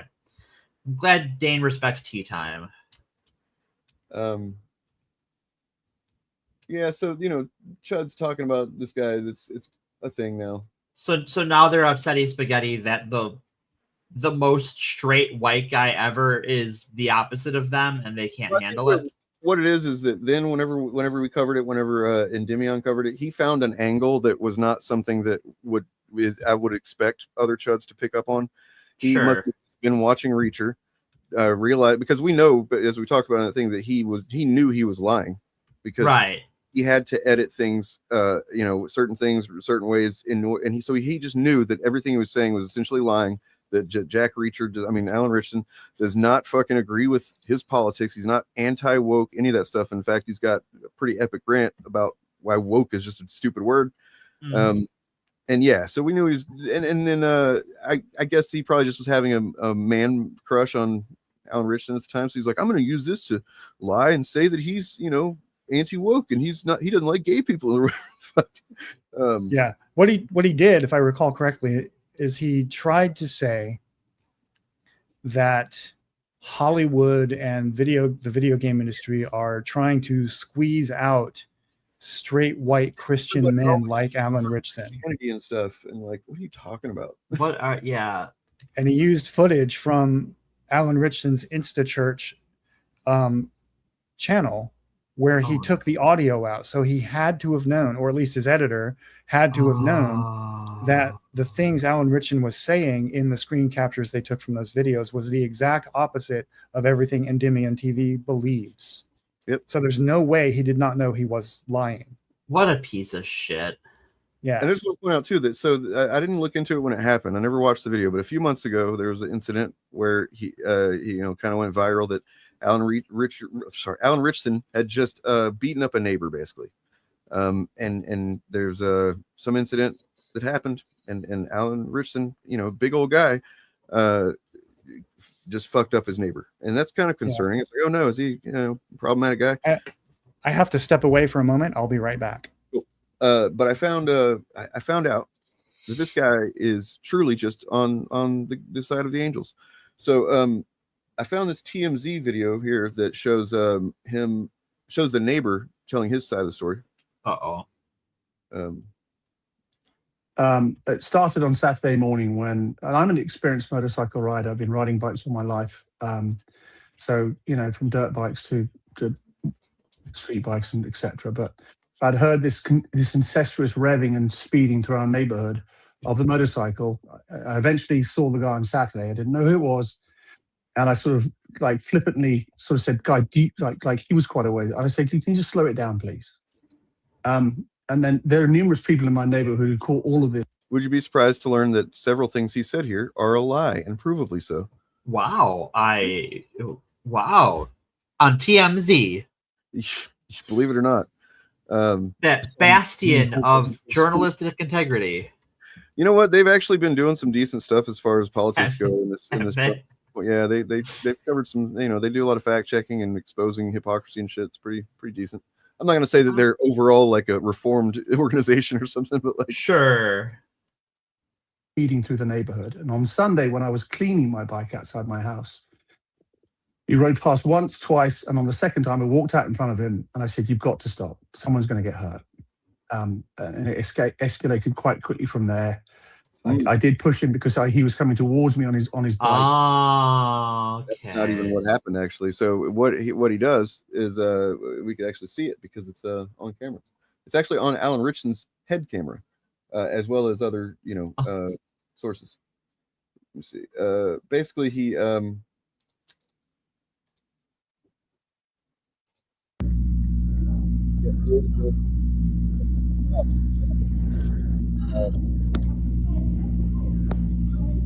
so he's with his sons. His sons are also on little bikes there, and they apparently do this on a regular basis. Drive around on their bikes. Sure. And they're probably three of them, driving through the neighborhood. Even though I'm assuming they're doing it legally. It's probably pretty obnoxious. But I mean, you're also a bike rider, so get over it. Get over. Yeah, you already said you're a bike rider, bro. What you see if you look at Alan Richson's camera, his GoPro basically, is that the guy walks out in front of the motorcycle and he has to like slam on his brake and he almost flips over the bike. Yeah. The guy is just standing there to stop him, and he's like, very easily. That's exactly how you flip a bike. Is you fucking hit the brakes going too fast, and you're gonna fucking flip over. And the guy's a little top heavy too, if you look at him. So he's But like he stops like, dude, what the fuck? And the guy comes up and kind of yells at him. He's like, they exchange words. They're both kind of being angrily shouting and stuff. And then Alan turns his bike. It's very much like a Renee Good situation, if you will. Right. Where he turns his bike away from the guy to try and just drive off. And the guy steps in front of him again. And like, it kind of pushes him or whatever. So him saying that he pushed him because he was driving his bike towards him is like that cop saying, "I shot at her because she was driving towards me," or whatever. Right. Not in front of the vehicle, you stupid fuck. What a this was like shit. This was like one of the best fuck around and find out. Can you guys hear me? Yeah, I can hear you. Okay, that was one of the best fuck around and find out moments from, I think, earlier this year. where some MAGA guy, because the guy was MAGA. Oh, is he too? Oh, okay. We just watched this TMZ thing where he was lying about what happened. Yeah, and I was listening. I just had to step away, but he thought he nailed Alan Ritchson. He thought he had him, and then all the evidence came out, and right-wing media ran with it for like a day. Yeah. And then Alan Ritchson was like, "Oh yeah, look at this bitch," and this. the whole narrative collapsed. Like, because the Chuds were trying to build a narrative around Alan Ritchson then too. Right. So that was their second time at bat, and they struck out again. Oh, so poor babies. I imagine they're going to be really desperate to try and get him this time. Their poor spaghetti's all upsetty. I'm so happy. Yep. Wait, let's see. We got right. I'm not happy till they're not happy. So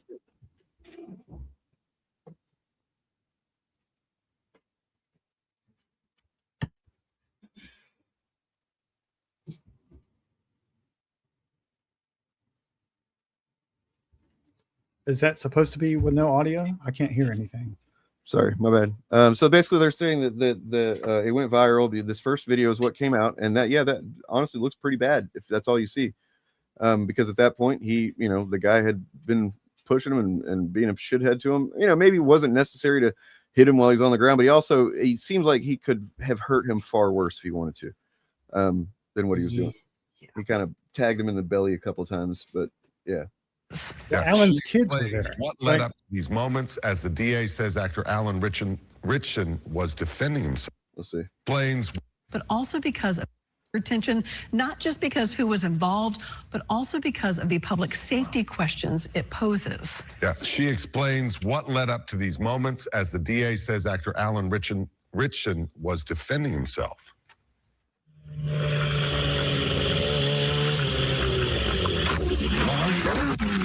Oh, he did flip his bike. Whoa, holy shit. I didn't realize that. I was just saying he could have. But yeah. Yeah, and Alan's kids were there. So that was like putting his kids' lives in danger as well. At that point, honestly, I don't think he did anything that was, I wouldn't. Yeah. You step out in front of a guy that the reason you're complaining is because you think he's going through too fast, I guess. And then, what a fucking dick snot. Are you kidding me, bro? For what? For what? This is video from Alan Ritchson's phone, recording as he rolled through his neighborhood with his children. It shows what led up to the fight. Neighbor Ronnie Taylor stepped in front of the bike, causing Ritchson to brake hard and flip over head first. What? Stand in front of a bike again, dude. But do what? You threatened my safety, bro. Ritchson is best known for his role in the action series Reacher, a former military policeman who solves crimes with a bit of street justice.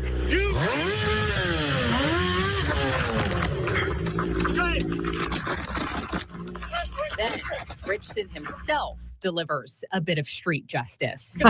Sit down. Both men get hurt. The interaction lasts about 2.5 minutes, and Ritchson eventually rides away. Brentwood police pull up. No, that is right. Why is that address familiar?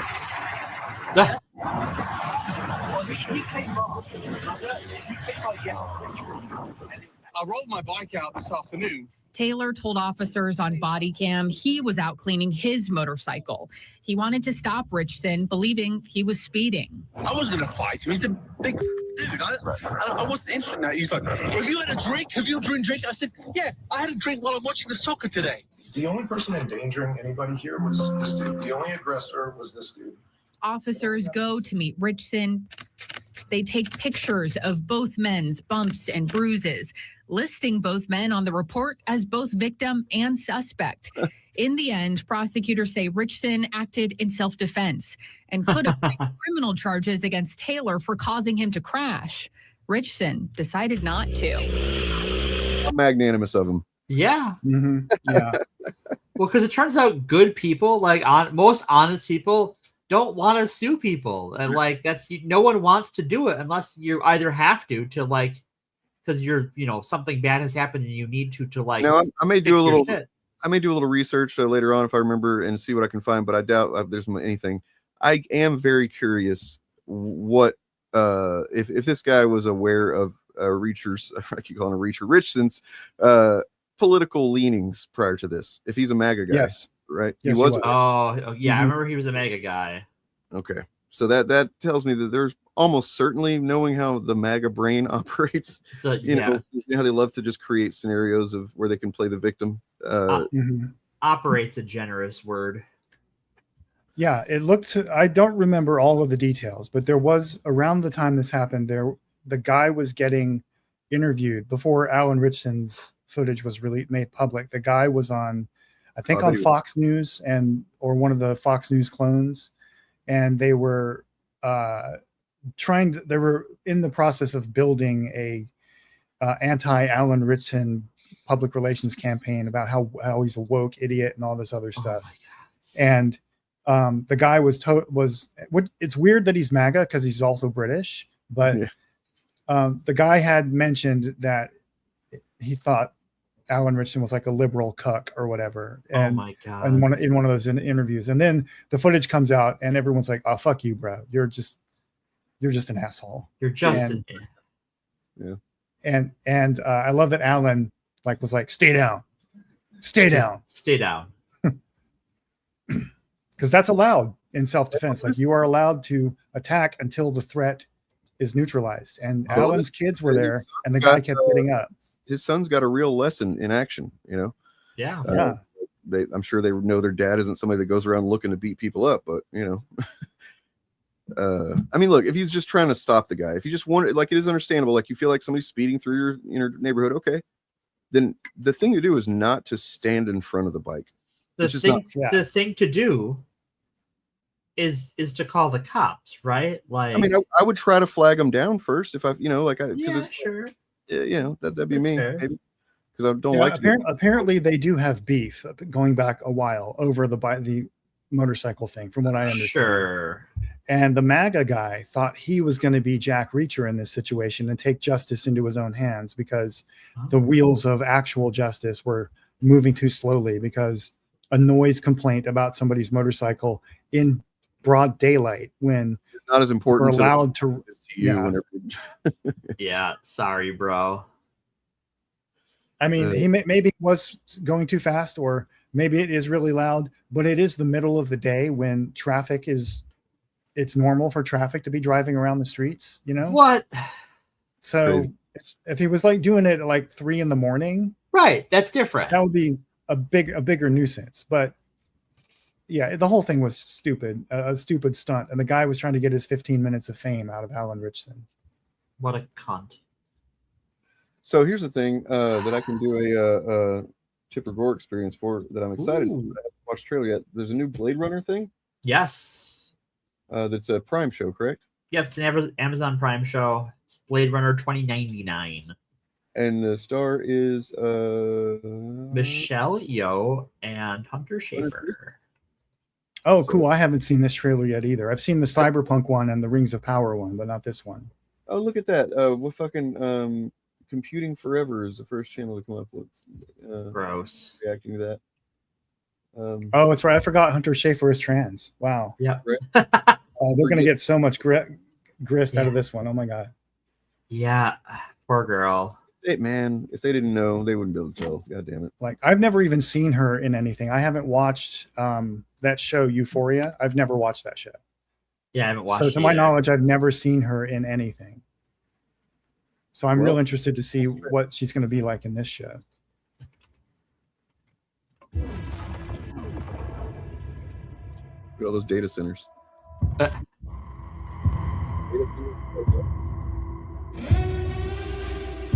We already fought a war. We lost.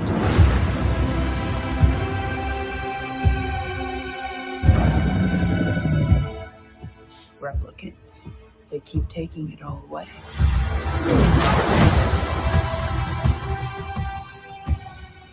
How much longer? Until we have nothing. Until we are nothing.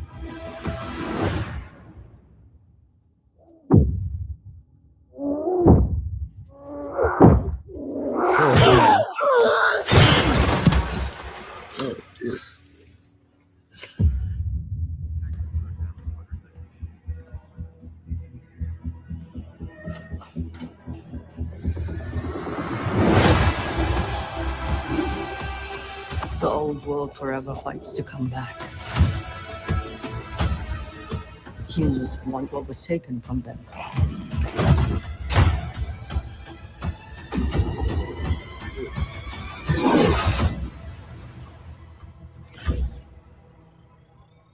But it's our time now.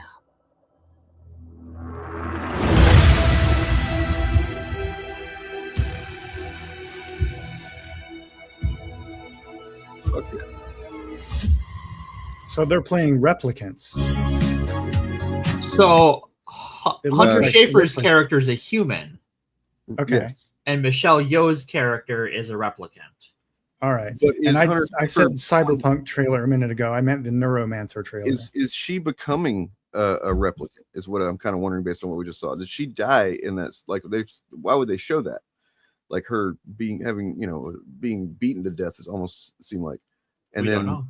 and then there's like some kind of stuff about bodies and stuff like that, and it's just like kind of see the language to me, the visual language indicates to me that maybe she's got her consciousness transferred, and while we know that's not something they've done in 2049 in the timeline, this is 2099.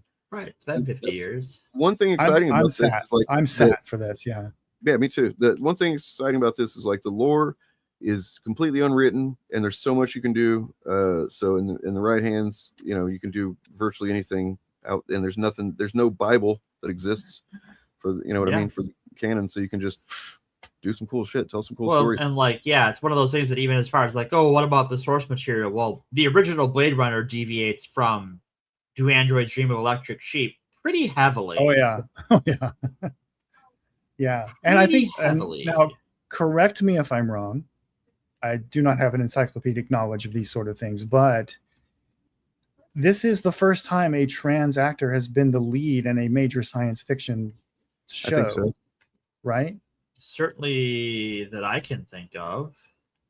Yeah. Cool. Yeah. I'm going to have to go back and watch 2049 because I watched it exactly once. Oh man, that's really unfortunate. I'm gonna have to watch that again, considering it's like one of my favorite movies ever. Ghost Rider's in it. True. It's true. Yeah.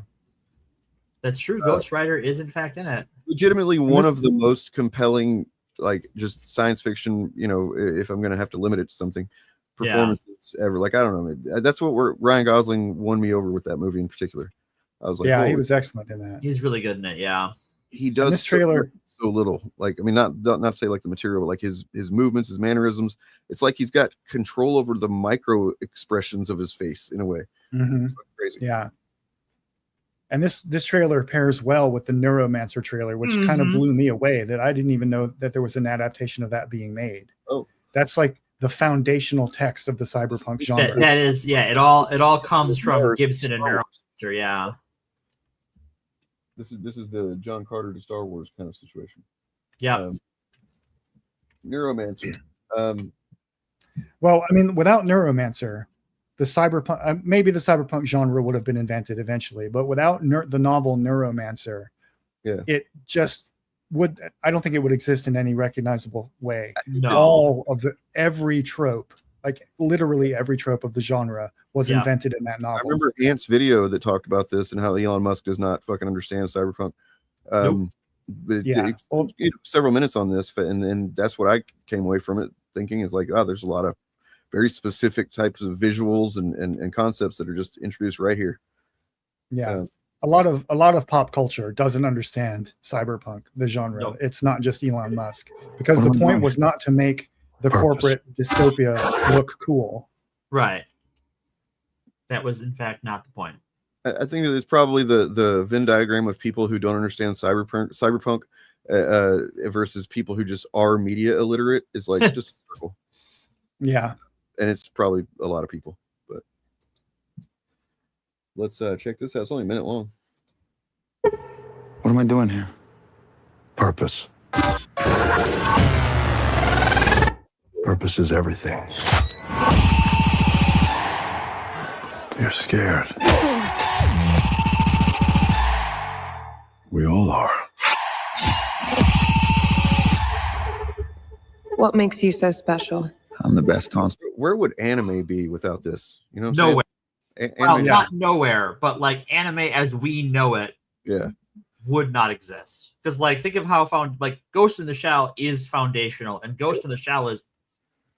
It just basically could exist in this. It couldn't exist without Neuromancer. Is it? Hey, let me just an aside real quick. Is it weird that I kind of like the Ghost in the Shell live action movie? Yes, you're a bad person. You should feel. I'm kidding. I know. So man around. I steal data in cyberspace. So what? From where?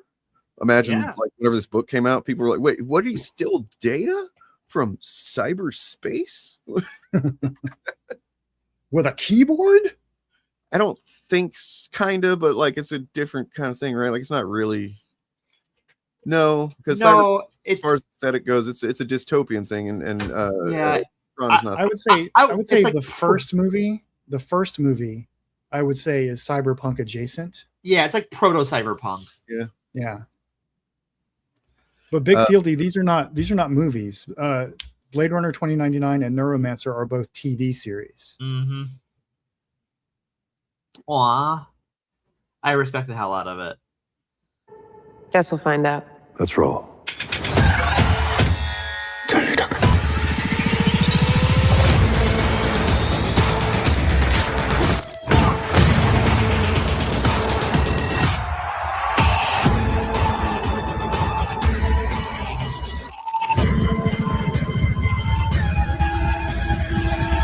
See you on the other side. Jack. That looks like another The Matrix. Literally. Yeah. The Matrix. Also, we wouldn't have the Matrix without this. Well, nobody would have the Matrix if not for this woman named I forget her name. Very interesting, compelling, kind of sad, fucked up, weird story. But like, there's a channel called Treehouse Detective. If you're interested at all in the Matrix and how that came about or how it didn't, go watch their recent-ish video that explains the woman who claimed and actually sued the Wachowskis, Warner Brothers, for ownership and for like billions of dollars. She sued them, claiming they'd stolen her concepts and ideas and stolen her stuff directly from for the ideas for the Matrix. Wow. And she's done various podcasts, talked about it. How it's just like they're not allowed. The more I say about it, the more you'll understand what's actually going on. But basically, she's not correct. And that's putting it mildly. She either is very, very unwell or very, very dedicated to a really fucking weird, silly grift. Right. I was going to say I was skeptical of her story because The Matrix is a brilliant movie, but it's not really a terribly original idea. I mean, it's a cool idea, but they are not the first people that came up with an idea like that. So they're the first people to put it into a popular mainstream big budget. Sure. Yes, they were absolutely, and they certainly deserve credit for that. I'm not trying to like diminish that, but her argument rests on the claim that they stole these ideas from her, and what actually happened is that they were both drawing from similar. See, you would think from the same sources, basically. That's what most people kind of end up saying, and then the people that she's done interviews with, they'll say stuff like, I don't think she, I think she's probably just mistaken or whatever. The Treehouse Detective guy actually read her manuscript, and it is not at all. That's what makes you come away from it thinking, oh, she's not well, or like, for one thing, it's hardly even coherent as a story. It's not really narrative. It's just random ideas kind of stapled together. And like, it's only in the sense that there is a main character who is essentially the Messiah who, but other than that, it's like aliens have sent this Messiah to Earth and it's like, it's called the Third Eye. And it's just, yes, there are certain types of figures in the world that exist as villains that represent the bad guy or whatever. So she's like, you can see how she's mapping on certain things very loosely, you know what I mean? Like Hades and then Neo, and it's like, but other than that, there's nothing. It's absolutely nothing that you could mistake for being anything that. There's not really any there. Yeah. By the way, she also sued James Cameron for the Terminator saying Oh, that was, so she's one of those. Okay. and then and then she still, even to this day, says things like, they're not allowed to make any more of those after I've sued them and made a bunch of, I made money off of them. She says she won her lawsuit, which is objectively untrue. You can find how that went. She says she won. They're not allowed to talk about it or make any sequels. She said that since like in the period that they were making sequels to both things. So yeah, it's just weird. The case against J.K. Rowling for ripping off Neil Gaiman's The Books of Magic is stronger than this case. And that's a pretty weak case. It's a real weak case, yeah. I did want to kind of take a little sidestep here to talk about some really good news that we got earlier. So, as you know, and starts with good news, the Tates are in jail. Yeah, that's wonderful news. They were in there. Andrew Tate, who, as he did last time, he either has some secret phone or most likely he's dictating tweets to people outside that tweet for him from his account. So he's kind of narrating his experience, which is great. I appreciate him for that. One of the things that he said the other day is that he is the guy next to him is apparently a cannibal who screams all night. And I'm so happy for him. I love that for him. Like, so cool. I'm happy for the cannibal too.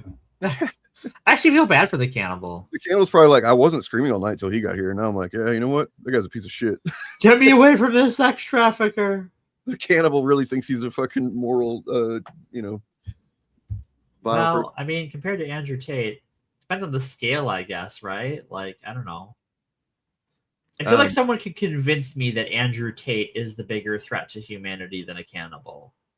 I mean, well, he's harmed more people directly, I would say. Yeah, right? Like a cannibal has to either get you incapacitated or otherwise they're going to have a difficult time eating you. Right. If they're like, and in principle, a cannibal doesn't even have to kill anybody. True. And a cannibal, even if we're saying that he is, even if he's saying that he's killing people for his food, he can only do one of those at a time, basically. He can only kill and cut up one person, eat them one at a time. It's probably very filling to eat a person. And so he could even eat in that same amount of time, Andrew Tate is harming lots and lots of people. Yeah. Yeah. The cannibal could even eat himself. There was a funny story I read a few years ago, and this may just be an urban legend. Sure. But the story was of like a professional chef who was in a bad car accident and had to have his leg amputated. And he said, okay, so he decided, I forget all the details, but leading up to it. But basically what happened was him and his friends decided to cook and eat his leg. Fuck. Because, when are you going to, it was just like a weird thing. Sure. So, yeah. The story was like they were trying to get him into legal trouble over it. And he was like, bro, it's my leg. It's my, yeah. Who got hurt here? It's still illegal. Yeah, I know it's still illegal, but it was just it was an amusing story to me because his argument in the story, which may be an urban legend, right? His legal argument was like, well, look, it's my leg, it's my body. I'm not hurting anybody. Why is it illegal for me to eat my leg? Based on this real story that is real, Israel, what? No, that is true. Not Israel. I forget the guy's name. I think he was German in the 80s, I want to say. I learned about this on podcast, True Crime Podcast. It's a documented case of a guy who was a cannibal who did not want to kill anybody. But there was another guy. He basically took lots of time and put out ads and stuff, and he ended up finding somebody. They found each other. And the other guy wanted to be eaten because I think he was going to die maybe anyway. And so he was like, I want to know what it's like to be eaten. I want to give somebody that satisfaction that wants to do it. And they started with his penis. And it did not cook like they thought it was going to. So it was very chewy. And yeah, it's a whole story. It's real. I'm fine. Thank you. but their logic was the same. Was like basically, well, okay, but if I'm literally signing, he actually signed a thing saying, I want this to happen. But apparently it doesn't matter. So, yeah. Well, and it does cause brain problems, but only if you do it like a lot, like I'm just tired of the authority figures. And who decided they're the ones that get to tell us how to live and what we can and can't who we can and can't eat. Yeah. Anyway, the cannibal who's screaming in the cell next to Andrew Tate is doing God's work. The second update we just got today. Apparently, he is just shitting his brains out constantly while he's in jail. Oh, and he's very, Poor very guy. unhappy. Very I'm so miserable. happy for him. Couldn't happen to a better guy, you know. Yeah, it could. He deserves it. And it seems like obviously the Trump administration, I believe, is not going near this. I think they already did their one attempt and at helping this guy out, and they did. They kept him out of jail for a while. But other than that, you know, sorry about your luck. Well, at a certain point, like, well, what did you do for me lately? Right? That's the Trump MO. You know, well, he's been partying. Mm-hmm. I mean, there's not much to say. Right. Andrew Tate's a piece of shit. He's in prison where he belongs, and he has a screaming cannibal in the cell next to him that's mentally torturing him, and he's shitting himself. Right. Okay. Justice cool. is served. Oh wait, looks like we got some promotional art for Ghost Rider already. Wow. Ooh. Check this out. That's cool. I don't know if Rachel McAdams is going to be reprising the character that she plays in Doctor Strange movies. If so, that does set up a pretty good reason for Doctor Strange to not like Ghost Rider. Just saying. I hate start you to see the beginnings of Civil War II here. And I love especially the touch that her flesh is beginning to molt. Yeah. That's great. Good stuff. It's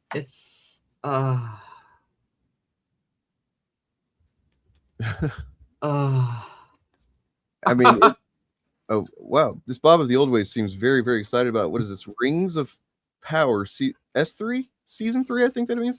So, but Bob, we can't show any teleporno on stream. Yeah, I'm sorry. That's yeah, like. But let's learn about teleporno. There's a trailer out, right? Yeah, I can screen share it if you want. I've got it. I'm just okay. My YouTube's open right now. Rings of Power season 3. I have not watched this either for some reason. But I'm glad because now I get to react to it here live with you fine folks. Yay! Definitely a pretty powerful thumbnail image there. The very recognizable crown. It's a fun hat. I wonder what that guy's doing wearing Sauron's hat. We got to find out what's going on. Yeah, I'm sure it's fine.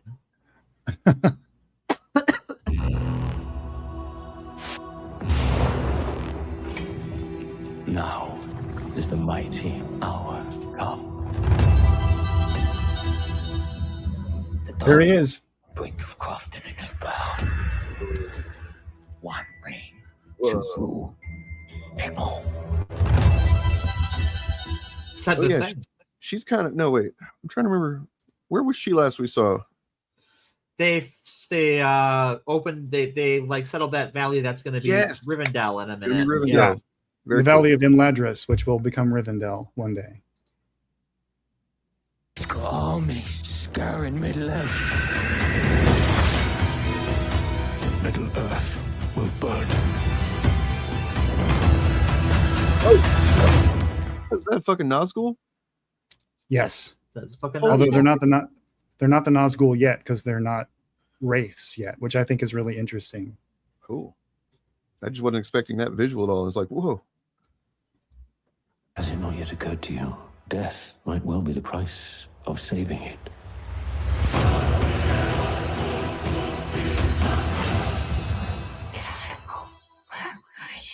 Trying to get no. Is that her brother? It's her husband. I mean, her husband, rather? Her husband, yeah. So he's not dead. No, or is he? We can. There's much to discuss, but no, he's not dead. Oh shit, that's a lot of fuckers. Let's see what happens. It's a lot of fuckers. Yep.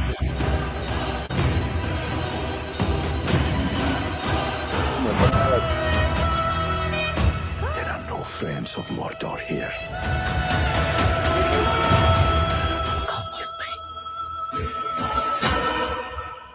The Dark Cloth. So, who is that? They makes friends with an orc? What's going on there? It looks that way, yeah. That's crazy.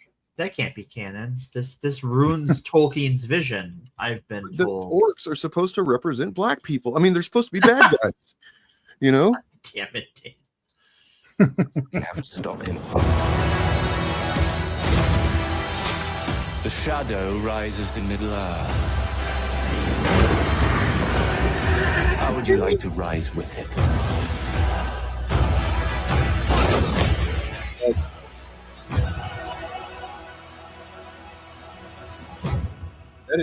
That's just one ring. That is like one ring. Just the one. Mm-hmm. Just the one. Yeah. What is it to do? You know, it's to bring peace to Middle Earth, of course. I'm sure, of course. What else would it be for, Dane? Why would you? What a silly question you're asking about that one ring. Oh yeah. Oh man, that's like the day after, or same day as a Blade Runner. I think it's the next day. Yeah, That's crazy. They're putting those two shows out at one time. Maybe and they're releasing. Sorry, they're releasing this show over the course of I think just 3 weeks, multiple episodes each week. So I think they're trying to clear the schedule for something like maybe they don't want to compete with the Harry Potter show that's coming out that nobody seems to care about anyway. Yeah. Did the Harry Potter show even show up at Comic-Con? I don't know, but it's scheduled to come out on HBO, I think, in November. That might have something to do with it, but I think just like in terms of their own what the metrics of what they're trying to do, I bet they're counting on that boosting their numbers in a shorter window of time, so that because a lot of people are going based off of that very specific type of measurement now, where it's like hours watched in a week or whatever, and it's like this type of show just is gonna look bad compared to The Simpsons or Seinfeld or some shit every single time. Yeah, sure. Yeah. It's So definitely an economic decision. Yeah. Yeah. Well, Amazon has already kind of started to switch some shows to be like an old school Netflix style, drop it all at once, let God sort them out. Well, I mean, it also could be just that this season in particular could be structured in such a way that it just is going to be, I don't know, get people talking more to see, the things happen in a couple episodes at a time. Yeah. Because the discourse comes and goes faster now, and very few people are talking about the new thing for more than 2 or 3 weeks, really. So maybe they're trying to squeeze into that as well. But there's a lot to chew on in this trailer that I found really intriguing, not least of which is we're finally getting teleporno, which is the alternate name for Galadriel's husband, Celeborn. Sounds like the best kind of. Also the best kind of born. And it's been an interesting discussion or speculation for fans of the show because there's no adaptation rights reason why Celeborn could not have been in the show from the beginning, because he is in the Lord of the Rings. Right. So everyone's been wondering why the fuck is he not in the show? So they obviously had something planned for him. Right. And I hope it's interesting. I hope so too. Because he should have been, according to the lore, he should have been leading the fight in Eregion against the forces of Sauron last season. And at this point in the official lore, he and Galadriel have already had a daughter named Celebrian, who is barely mentioned in any Tolkien source. But yeah. So I've just been curious what they've been holding back this character for. And it looks like he's been imprisoned by Sauron somehow. Probably. But in the show, she thinks he's dead. Oh, does she? I must have missed that. Yeah. It's somewhere along the line. That would explain a lot. It was in season 1 where she explained in some exposition that part of the reason she joined the war is because he never came back. Oh, okay. Yeah. I forgot about that because like a lot of her motivation, a lot of the source of her anger rather is because her brother is dead. Yes, that too. Yeah. And then like her husband was like her source of happiness and all that stuff during the war. Right. And then he went off to war and never came back. So she thinks he's dead. So she's going to go off to war and yeah. Yeah. And the ring wraiths, from what I've read in this show, are not ring wraiths yet. They're just like men, humans who have the power of the rings that they're wearing. Are they And going to be so- kings or otherwise? Yes, one of them is actually named, and they have. So the show dove into the languages of Middle Earth and came up with a new word to describe these guys, which means ring servant. Ooh. Instead of ring wraith, and it's called the Nazgûl. And interesting. Yeah, and we saw an Oliphant, like the giant elephants in there, and we saw. Unfortunately, we did not see any. The Oliphant, so not proper representation yet. Sorry, bad joke. We did not see any of the hobbits, though. Yeah, I don't know. Like, I feel like. Well, they're not hobbits yet. True. I feel like that story can sit for a minute. It like, could. I really would be fine with them not. They could come back, like maybe meet up with them again, see what they're up to later in the season, and be like a nice, like, oh, there they are. Because like they show Gandalf in the trailer. Yeah, doesn't see them at all. It seems like he's going to be doing some wizard shit now that he knows who the fuck he is. For it's because that other dark wizard was there a couple times in the trailer. So yeah. So one of the 9 kings who becomes the ring wraiths, Tolkien only ever named one of them. Right. And it wasn't in the Lord of the Rings. It was out in other sources, but his name was Khamul, and he was a king of, I believe, of Rhûn, which is the land that Gandalf is in right now, or at least was in at the end of season 2. And Khamul is the ring wraith who chased the hobbits in Lord of the Rings to the bridge at Buckleberry Ferry. And eventually gets, depending on whether you're watching the book or the movie, owned in different ways. Yes. So they're bringing a lot more lore into this show, and it looks to me like they're Amazon is like slowly, season by season, negotiating for access to more and more stuff that isn't in the book, The Lord of the Rings. So they're trying a good way to do it. Yeah, like, all right, we did this to your satisfaction. Can we push a little bit? Mm-hmm. Yeah. So, I mean, if you're a Tolkien fan who would like to see an adaptation one day of something like The Fall of Gondolin, or The Children of Húrin, or The Tale of Beren and Luthien, or The War of Wrath, or anything like that, you should be backing Amazon and Rings of Power, because they have the best chance of getting any of that shit done. Yeah. Because I don't think any of the I don't think the Tolkien Estates relationship with the New Line company is going to improve anytime soon. No. They hate that. Oh, go ahead, Dane. I was gonna riff on the Amazon Prime thing, but if we can talk more about Oh, what do you got on Amazon Prime? No, I want to hear that. Well, I was just gonna say that, like, as far as which streaming platform has put out the most consistently, high level, high quality, entertaining stuff that I'm interested in, and turns out pretty well, I think Amazon Prime might be it. Like Disney put out a lot of stuff. A lot of it typically I'm ostensibly interested in, but not all of it turns out where I'm super happy with it. Yeah.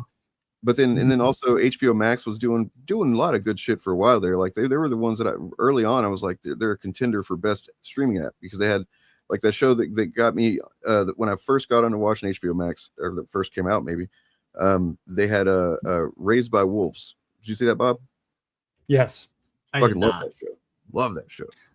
It's just but yeah, I agree. Amazon Prime and Apple TV I was are about to doing say, amazing shit. Apple Both of them TV, making high quality shows. One thing I'm kind of concerned about is that we didn't see anything about Foundation at Comic-Con. Yeah, I mean, I guess I would say that I wouldn't expect it to be. We know they're doing the next season. We know they're doing the next season. So I think they're just taking their time. It's not the kind of show I'd expect to see every year, or even year and a half necessarily. But I like it. I like it a lot too, and it's just gotten better basically every season too. It gets better and I also think that's kind of the opposite of the books. Like, I don't think that like Asimov's writing was bad by any stretch of the imagination, even though it's dated. But like, I remember reading the anthology that the story of the mule is in the first time, and I'm like, this is kind of whatever. And like, the adaptation of that story in the Foundation series is fantastic. Yeah. Asimov was great at world building and future history. He's not great at characters and dialogue. Yeah, he's good at bird's eye view, big picture stuff, but Yeah, which is cool. He was and good that's made at him hard to mysteries, adapt. too. Yeah. Constructing mysteries. If you read his robot series featuring R. Daniel Olival, who is in Foundation, by the way. Yes.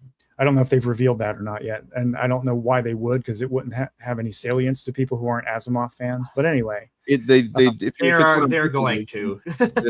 Are we talking about the character that's in Foundation that is... No, that's a different R. Daniel, but yes. Oh. There is a... Okay, this is major spoilers for Asimov's books, which are 50 years old. So there's the character of what's her name, Demerzel, which is the basically the attendant to the Empire, the Imperial line, the genetic Empire. She's basically their hand servant essentially. She's there, but she's really running shit. You find out and she's been there for generations and generations of the same clone emperor. And turns out she is the seemingly only surviving robot in the galaxy. And that she was actually the one who in her previous life I think started like the robot rebellion. Yes, and in Asimov's books, boy, we got off Rings of Power quick. That's funny. But in Asimov's books, he had 2 series running concurrently at the time he was writing them. He had the robot series and the Foundation series. And the robot series was like a bunch of detective stories featuring a robot named R. Daniel Olival and I think a human partner whose name I don't remember.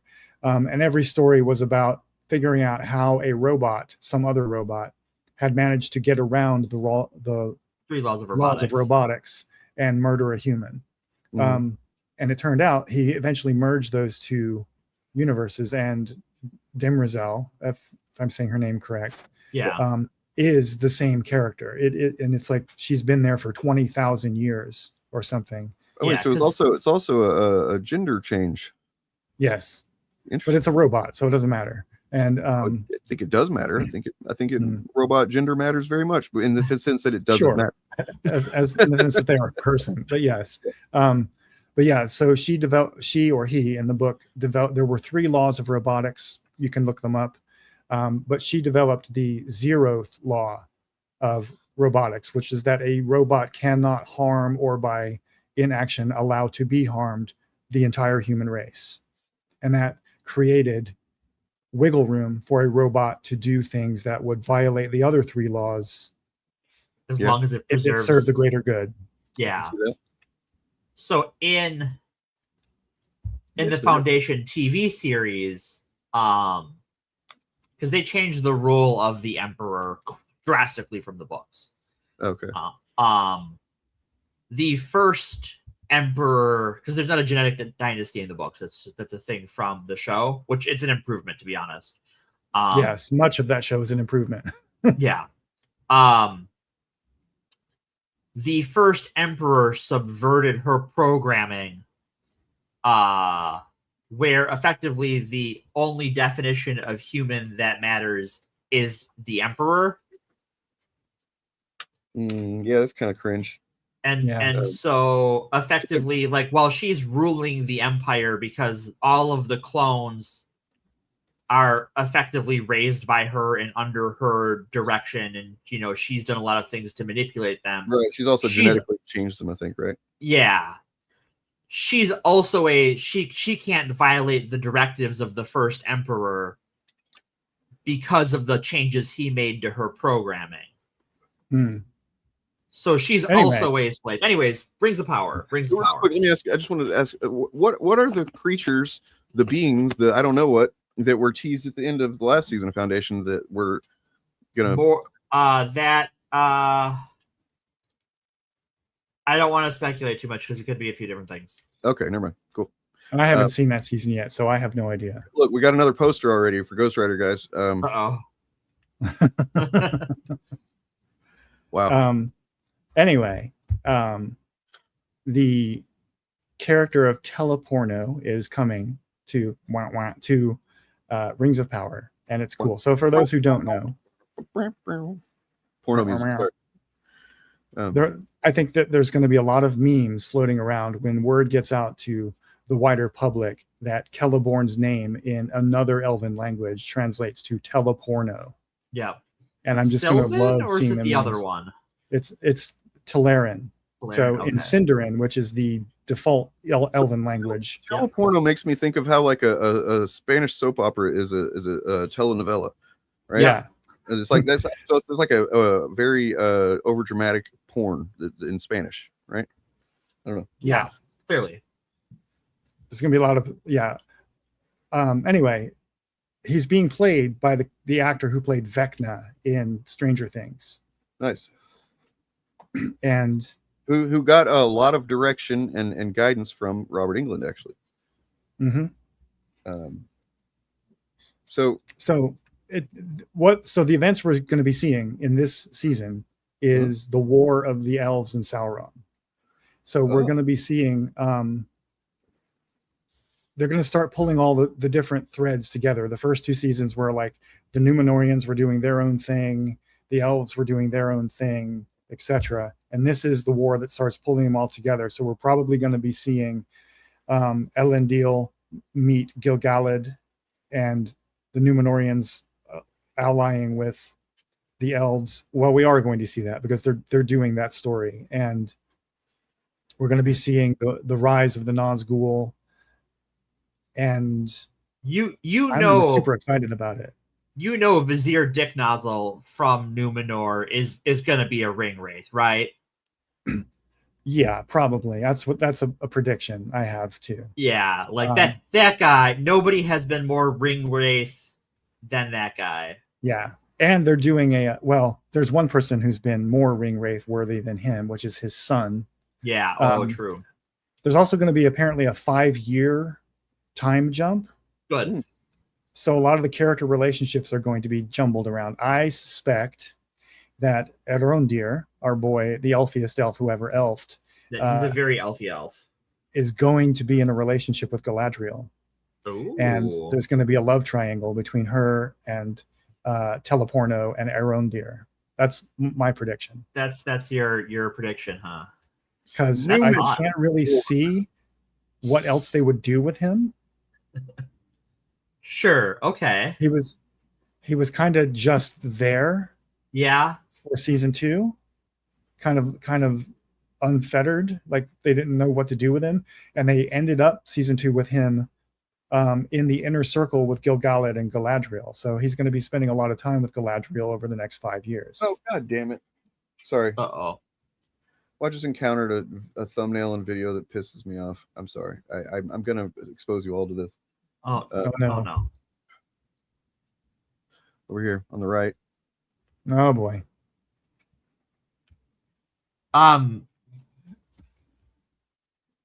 So I'm pretty sure that there's no handguns in the Odyssey. Is that correct? You are correct. Okay. I don't think the crossbow's been invented yet, so we're a ways away from handguns. Well, there's a lot of anachronisms in the movie, so yeah, that's fair. There's just a guy on a cell phone in the background at one point. What's funny is in one of the cuts of the Peter Jackson Lord of the Rings, you can see a car going by in the background. Yes. Yeah. That's not uncommon in big. And a little known fact: if you look real carefully, you got to be real careful and like pause it and like go frame by frame. There's a Starbucks cup in the final season of Game of Thrones. Well, I think they edited it out, but there right was there in the middle, you can see it clear as day. It's fucking crazy. It's great. I love that. In the original Ben-Hur, the Roman character is wearing a wristwatch in one of the scenes, right? There's like I love that unintentional things like that all over the place. Yeah, anyway, I love that. The point is, I have kind of gone against the grain of saying that I didn't think it was as bad as some people like to say, but as far as that goes, I think that is pretty unforgivable. Just for getting a coffee cup, like when you're putting on that kind of production, it's just come on, man. But I mean, I think they have it digitally in every context that they could. Yeah. So, anyways. Yep. So anyway, I think I can't see what else. Getting back to Rings of Power, I can't see what else they would do with Elrondir, with him ending up where he is, because he didn't really have very much to do in season 2 except wander from one place to another. And they got to give him something to chew Yeah, on. And yeah, like there's get no, familiar there's very with other little, characters. Yeah, there's very little drama to be milked from reuniting Galadriel with her husband, unless there's some romantic rival involved. At least I don't think so. All right. So I think that's what they're going to do with that character. Away from Rings of Power, because I don't know who the hell we're talking about anymore. I have a lot of characters I still don't identify by name, just by who they are and what they do, like what they look like and what they do. that's why he's the elfiest elf that ever elfed. Arondir is the black elf. He's the black elf, yeah. Oh, okay. Yeah. Fair enough. But he is Elfman, attorney at Elf. Yeah. Like even people who don't like the show have, what? Even people who don't like the show, many people, not all of them, have praised that character as the most Tolkien thing the show has done. Yeah. The most Tolkien new thing the show has done. Why is that? Because he's the elfiest elf who ever elfed. He like embodies elfishness like better than any other elf actor on that show. Like he comes off to me like kind of like a Legolas 2.0 kind of thing. But Legolas doesn't say or do anything. And and Legolas was also the elfiest elf who ever elfed. So they are definitely trying to invoke Legolas, playing the role of the Legolas. He's Legolas if Legolas got things like dialogue and character development, things Instead that of are just, not present. just stand there and look pretty, okay? You know. Well, because they have been very successful as far as white nationalists, white supremacists, dog whistles, and not even just openly.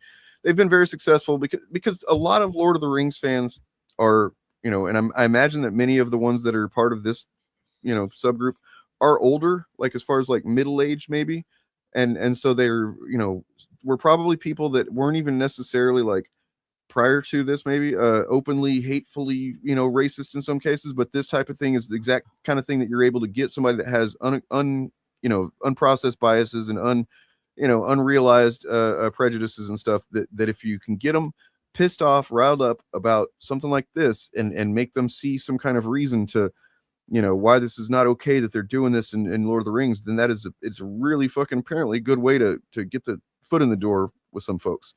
Because I definitely think that this is there's some of them that I've seen, like, it's been a while. I've got some screenshots somewhere, but like I found a group of these people one time that was like, they seem to be, I hate to say it, kind of liberally, like kind of lib shit. And the way they were arguing about what they're saying was surprising to me, because it's like not arguments I'd seen before in any other context. That's why I was really glad to see Bob come along and start talking about this stuff in his videos, because it's not my strong suit as far as Lord of the Rings lore. I do love Lord of the Rings, but I don't retain a lot of the minutia like I do other things. Anyway, it's also because the Lord of the Rings itself is very traditionally conservative coded. Yeah. Not fascist coded, because there's a difference. There's a big traditional kind of conservative but it's very Brit coded, small c conservative. Whereas American stuff like Marvel Comics and stuff like that it's very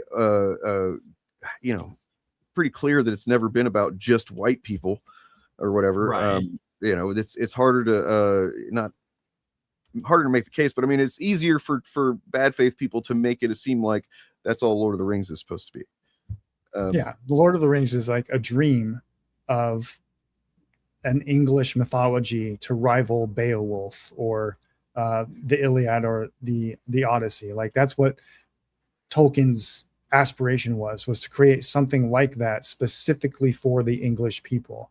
So it's very pastoral, it's very Christian, it's very in a medieval sort of way. Like a lot of it is extremely medieval in its aesthetic and its morality, and so it naturally draws people of that inclination, conservative, traditionalist, that sort of stuff, and those people are very easy to radicalize.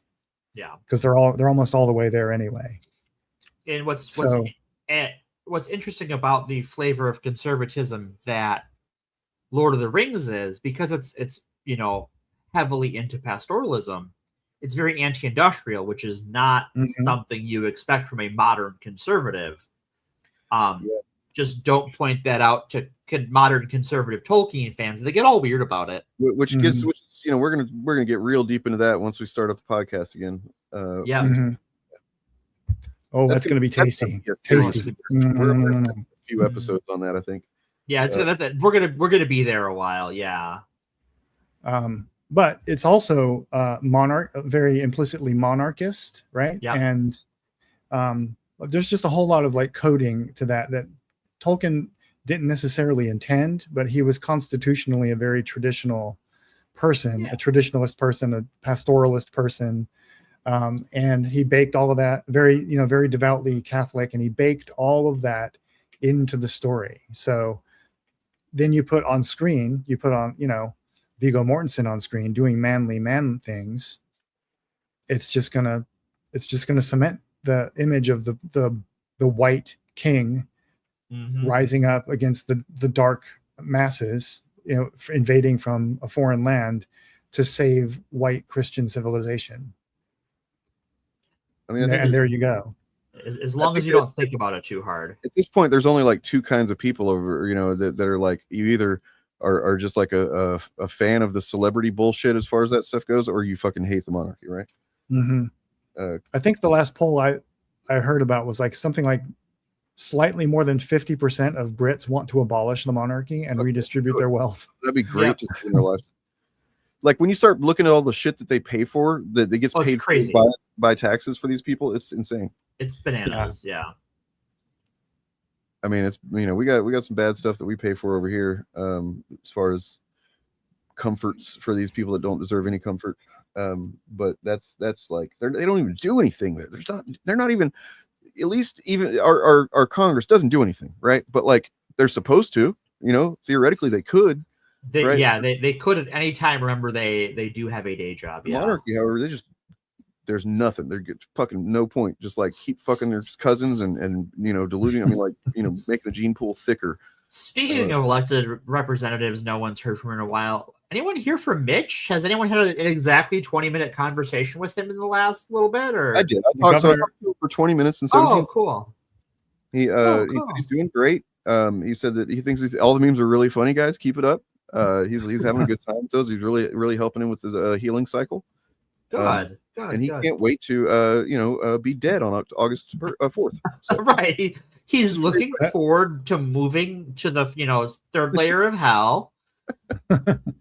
The governor of Kentucky, I think it's whatever state he's from, has said he has never heard from Mitch McConnell since. Yeah, I think he could be doing more. He's that guy sucks. I think Bashir, fuck that guy. I mean, I know he's a Democrat, and people talked about him running for president. I hope he doesn't. Fuck him. I have. Well, I like him more than Gavin Newsom. Like when you think about the stuff if you think about what would Mitch McConnell do in this situation, or even the Republicans in general, there's so many things that like we could do, even knowing that they probably won't work, but like still try doing a thing. You know what I mean? Like say you're gonna, call a vote, just fucking put Lindsey Graham's goddamn sister in her fucking office. Come on, man, just do something. So that's not that weird. To finish out a dead senator's term, like often it'll be someone like a spouse. That's not that unusual. I've never heard of it, but I mean, I guess the spouse makes. Oh yeah, sense. It's been done before. It's been done before. Yeah, like that. I know a lot of people made hay out of that, but that's actually probably the most normal thing about Lindsey Graham's term as senator. Why did they could have gotten that sex worker instead? That would have been great. I've been fucking totally down with that. I agree. Trans sex worker. She's got like a whole bag business she's doing where she's making bags and stuff too. That's an entrepreneur. Works 2 jobs, real go-getter. Yeah, no. Pulls herself up by her bootstraps and all that. And his bootstraps by the sound of it. Speaking of, I'm not going to say that on stream. I'll tell you guys about it later, but something about Oliver. Anyway, so real quick, because I do got to get out of here soon. Absolute DC Universe, since it was brought up, is introducing in the Flash the Teen Titans. They're together. Interesting. And we got a first look at Mr. Vic Stone himself here, and is it body horror? Please tell me it's body horror. Oh yeah. fuck, let's go. Wow, that's pretty He's cool. also, I mean, maybe it's just like because it's a picture taken of it, like he's very, very black. Yeah. You know what I mean? Like, and that's cool. That's fine with That's that. good. Yeah. No, I like that. Notable. That Oh, that's not intended to be a silhouette? I don't know. No, No, I don't full think screen so. this. I'm not looking at it full screen. Let me. It's also a photo of like a screen, so it could be just okay. a weird color thing that's happening there. But like, you know, either way. Yeah, that's cool looking. Fuck yeah, let's go. This is Adam. This is Absolute Adam right here. Oh. And then this is, I guess, also him. Yeah. Huh. Well, unfortunately, that might mean I have to read Ultimate Flash again, and that's kind of unfortunate because I really didn't vibe with that one. I mean, they're the lowest sellers of the couple, but yeah. But I think that That's introducing right. the Titans is a good way to revitalize that. No, I think that's a good idea instead of abandoning So they're it. introducing the Absolute Teen Titans in Absolute Flash. Yeah, kind of like a character or two at a time, it seems like, and then they're going to Okay. build up the team kind of. Yeah, Like trying they to boost up introduced the the sales of Suicide- Absolute Flash. Yeah, they I would introduced assume the. that- Oh, go ahead. I was just going to say, I would assume they wouldn't bring the Titans together before they bring together like whatever they're going to call the Justice League. Well, no, we have the Justice League. Yeah, but I mean, like, not the evil fucking people that go up to the name. But like, yeah. So all this is going to be building, by the way, to Absolute Crisis, of course. Yep, Absolute Crisis. And before Absolute Crisis, we're getting the Batman of Two Worlds. And I think Dark Side versus everybody or some shit like that is another thing that's going to happen. Well, I just hope the Absolute Universe follows through on the promise to make the Teen Titans the hold on, this is the huge. flagship. What's up? Editor Let me finish my thought. He seems to have quit. He dropped. He's no longer. Yeah. Down as Marvel's editor in chief. I didn't know this. Fuck. Yeah, that was that. I heard about that a couple weeks ago, actually. Just Steve Wacker is now Marvel's new editor in chief. I mean, that's good because Cebulski had some shit that he never answered for, and it was kind of he was a controversial EIC, both as EIC and before he was EIC. So I know. Oh my god, look what they're doing! They're doing it again. This is literally what. I mean, not that again, but like, so, okay. So the thing with Cebulski was when he was a younger guy, just gotten into comics and Marvel in particular, he was kind of responsible for, I guess, marketing to or creating content. I don't remember exactly, but it's something to do with with Asian Marvel content. Yeah. Right. And he started without anybody knowing this, seemingly. So allegedly, nobody at Marvel knew this either, but I don't know if that's true. But he started kind of doing moonlighting as another guy named what was it, Akira Toriyama, I think. No, that's the creator of Dragon Ball. But it was Akira something. Yeah, something like that. Yeah. It was Akira something pretty obvious, like that's just a white guy made up a Japanese name kind of thing. Uh-huh. And he pretended to be that guy because there was some type of thing about like you couldn't. Oh, because he was an editor, but he wanted to write too, and there was a rule. I don't know if Rule there that still you is. couldn't do that. be both. Yeah.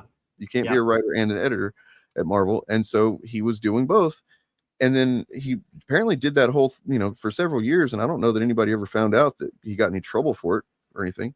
But eventually he stopped doing it, and then he eventually became editor in chief at Marvel, and that was just something that was never addressed or dealt with or whatever. He I think he had some hand in the whole Psylocke thing, which is weird. The Psylocke being a British woman that then becomes a British woman inside of a Japanese woman's body, and all of that. And swap it's bodies weird. for a while. Yeah. It's like what? And now swap bodies for like 20 years, but a long time. They didn't fix that until Krakoa, right before Krakoa. She became regular Psylocke right before that because she is in that storyline that I like a lot. That's Wolverine and Cyclops, X-Men disassembled. Yeah. She is back to being Betsy in that because I remember they make some comments about it and stuff. So nonetheless, he's now shifting to Marvel Asia Originals in Tokyo. Well, that's on the nose. It is a little on the nose. That makes me think that they're just like, yeah, we're going to keep going on like this never happened. We're not going to address it or how problematic it is. Okay, Marvel. whatever, man. I think he didn't want to move to LA, so he went back to Japan. Sure. Okay. Whatever, dude. Akira Yoshida, that's it. Yep. Which I think wait, is one is of he- those like two first names thing. Like, Is he from Japan? no, he's a white guy. He's not Japanese at all.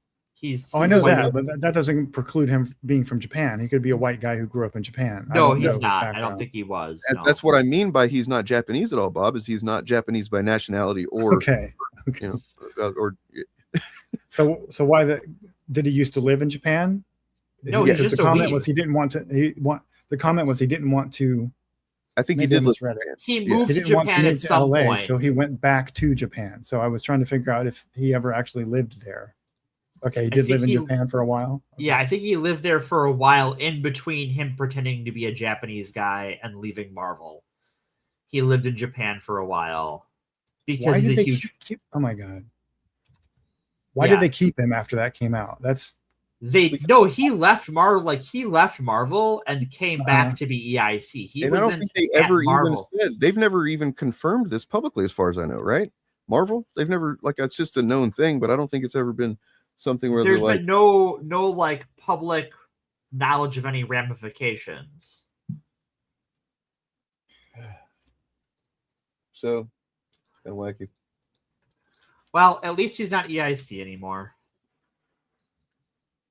Look, as long as they keep letting Gale do Uncanny, that's fine. Whatever. Anything else is just gravy. I don't know how much we can blame him. I don't know how the editorial works anymore or anything. How much direct, influence they're having over individuals, departments that have their own editors or anything. But Yeah, I have no I would idea. say that he hasn't been the best as far as what I've. No, because he took over during the Krakoa era, and and then it ended. So and then it ended, and we had one really bad X-Men event after that, and I would say 1.5 really good X-Men books when we had lots of good X-Men books. So wow, his name is Chester Bror, Bror, Chester Bror Cebulski. Wow, that's the name. So let's see. Real quick, just to make sure we got all this right, I'm going to recap it because it is interesting.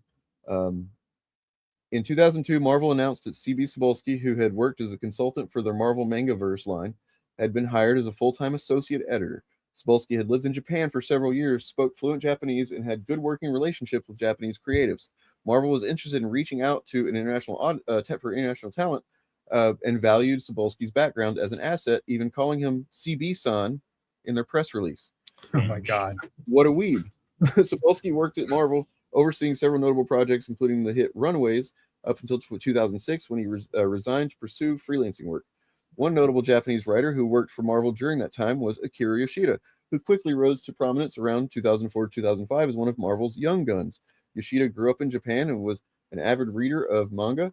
His father, an international businessman, often took him on trips to the U.S., and Yoshida fell in love with the American superhero comics, even learning English that way. In 2003, he wrote comics for the publisher Dark Horse and caught the eye of editors at Marvel. So he was already doing Akira Yoshida at Dark Horse first. Yoshida quickly became one of Marvel's most prolific writers, writing several miniseries, including Thor, Son of Asgard, Elektra the Hand, Wolverine, Soul Taker, X-Men, Age of Apocalypse, and X-Men Kitty Pryde, Shadow of the Flame. Many of these comics were set in Japan, and Marvel was delighted to have an authentic Japanese creator who could take to an American audience. Let me take a big drink of water. And then not many public appearances, seemingly none at the conventions. He had no photos, and any correspondence with him was done remotely. By 2006, he vanished from the comics industry just as quickly as he disappeared. The reason for that, C.B. Cebulski and Akira Yoshida were the same person. The Art of Vandalay is how this is titled. You see, CB-san got hired. There was a rule at Marvel that editors weren't allowed to write, either for Marvel or rival publishers. The company wanted to make an effort to recruiting new talent, particularly overseas, and they especially didn't want editors just hiring each other to write, creating a cycle of nepotism. Fair enough. CB-san wanted to do some writing of his own, so he created the alter ego Akira Yoshida and made pitches to various comic publishers as a freelancer. He published work. So it's a whole con he did. Yeah. That like So it wasn't like he did why that. was he EIC in the first place after all this? I don't know. I think I remember being kind of a topic of conversation when it was a happened. topic of conversation. Like, what? Yeah, back when he was made EIC, it was one of those things that, like, wait, this guy's kind of he's kind of a piece. But what are we gonna do, right?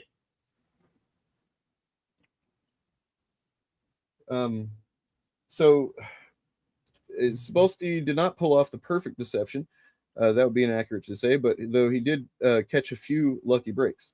Rumors did swirl around that Yukari Yoshida was a pseudonym for someone working at Marvel. Brian Cronin of Comic Book Resources, oh man, I hope they're not about to break Cronin's reputation for me, investigated this rumor as part of the Comic Book Urban Legends Revealed column and found that the editor Mike Martz recounted having lunch with Yoshida. According to Martz, they had a delightful time. Martz found Yoshida to be a very nice man with an impressive Godzilla memorabilia collection. Satisfied with the story, Cronin considered the rumor to be effectively debunked. I mean, I guess if somebody's willing to lie for him to that degree, then what are you going to do, right? Yeah. In 2017, rumors resurfaced when former Marvel employee Greg Shigiel recorded a podcast spilling the beans on some behind-the-scenes stories at Marvel. He alleged that there was an editor who moonlighted as a writer from another country to do freelance work during a period when editors were dissatisfied with upper management. He also claimed that some of the bosses were aware of the deception and covered it up. He used fake names based on the West Wing characters for all persons involved, but some folks like Rich Johnson of Bleeding Cool began to put two and two together. Then in November, the dam broke. Cebulski, who had gone back to work for Marvel, had just been announced as Marvel's new editor-in-chief, replacing Axel Alonso as the guy that angry comic book readers were to blame for everything that they don't like. David Brothers, brand manager at Image Comics, tweeted out that Cebulski was indeed Akira Yoshida. This news made waves in comic fandom. Fans on social media, comics journalists immediately revisited Yoshida's old works to find that the so-called authentic Japanese writing was not so authentic after all. There seems to be some examples here. We're not going to look those today, but I am going to look at them. So yeah, that's wow. I think Marvel, somebody, at least one or two people above him had to know. Right. They just had to. There's no way that this would have gone on like that. Especially with the calling him Cebulski-san or CB-san beforehand. Yeah, they knew. That's obviously cultural appropriation and just like existing in that role for several years, keeping Marvel, people, maybe the people that didn't know, maybe talent scouts didn't know, but they're thinking, well, we've got a really good Japanese writer already, so maybe we don't need any more, kind of thing. Like almost certainly happened at some point. Well, this is why I'm happy to be in a very Chinese time of my life, because China isn't nearly as popular as Japan is, apparently. So there's a lot less of this bullshit going on. Oh my God. So as for the guy that Mike Martz had lunch with, turns out he was a Japanese translator who had been visiting the Marvel offices at the time. Personally, this writer of this post likes to think that Mike really did just pull a stranger aside to have lunch with and had such a good time that he never realized he was talking to the wrong guy. Oh, it makes for a great sitcom plot. I'll give him that. Christ almighty, man. Wow. Well, good. Fuck off. Go to Japan, I guess, and do whatever you're gonna do there. Yeah. Just All right, back to Japan with you. Marvel. Fucking Marvel. It's hard being a fan. Yeah, they don't make it easy. It is technically, it is definitely I don't have any idea how much he wrote about himself in this way, but almost certainly a good bit. He was essentially cosplaying a Japanese person. Yep. On the internet. And professionally. And kind of catfishing in a way, Oh yeah, for sure. Not in a sexual, dating way, but just like it's weird and gross. They just announced some of the Marvel manga stuff. That's what I was going to get to as well, is that they did at the same time, Marvel Comics launch a new manga line in Japan. Yep. So I guess they finally realized we need some of that manga money. Good. This is like the third or fourth time that Marvel's tried this. This is not their first rodeo trying manga. And let's see who they got. Oh, they got CB-san. Oh wow, weird. Right as he stepped down from editor. That's apparently the only guy they know or can find that just understands anything about Japan or manga or anything. Yeah. Peach Momoko writes for them. It's not like there's plenty of manga writers in Japan they could reach out to and say, hey, Marvel wants to expand into this market. Can you help us? I have to imagine one, because the manga industry makes the American big two comic industry look like a mom and pop shop that likes their customers and their workers and pays a living wage. They are almost all certainly under non-competes. The Japanese don't care. So you're speaking for all of Japanese fans when you say this. That's cool. I didn't know they gave you that permission. That's good to know, though. Yeah, like there is no shot you would get a big name mangaka to do an American comic book or a manga for an American comic book company. Fair enough, but there's got to be Japanese writers and artists who aren't attached to anything, who are like they got the hustle and they're looking for their opportunity, and they could. It would be easy to find people. Japanese people is what I'm saying. They don't have to rely on this dude.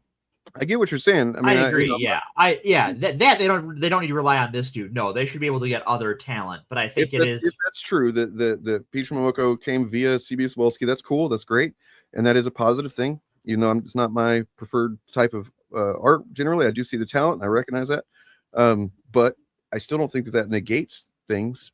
Really, Yeah.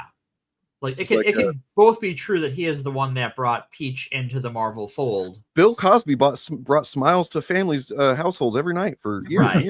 And years. I mean, to be fair, I don't think CB is that bad. No, I'm not. No, the details are. I'm just saying. Yeah. No, I know. The same principle applies. Yeah. Real quick, I wanted to show this. I've screen recorded these few images. Spaceballs, the new one. Yeah, I love this. Spaceballs, the Schwartz Awakens, and Spaceballs, the I can't see, it's too small. And then you got Winnebago Nights, and then Super Duper Secret Wars, and then Dark Helmet Origins, a Spaceball story. Dark Helmet Origins 2, even younger.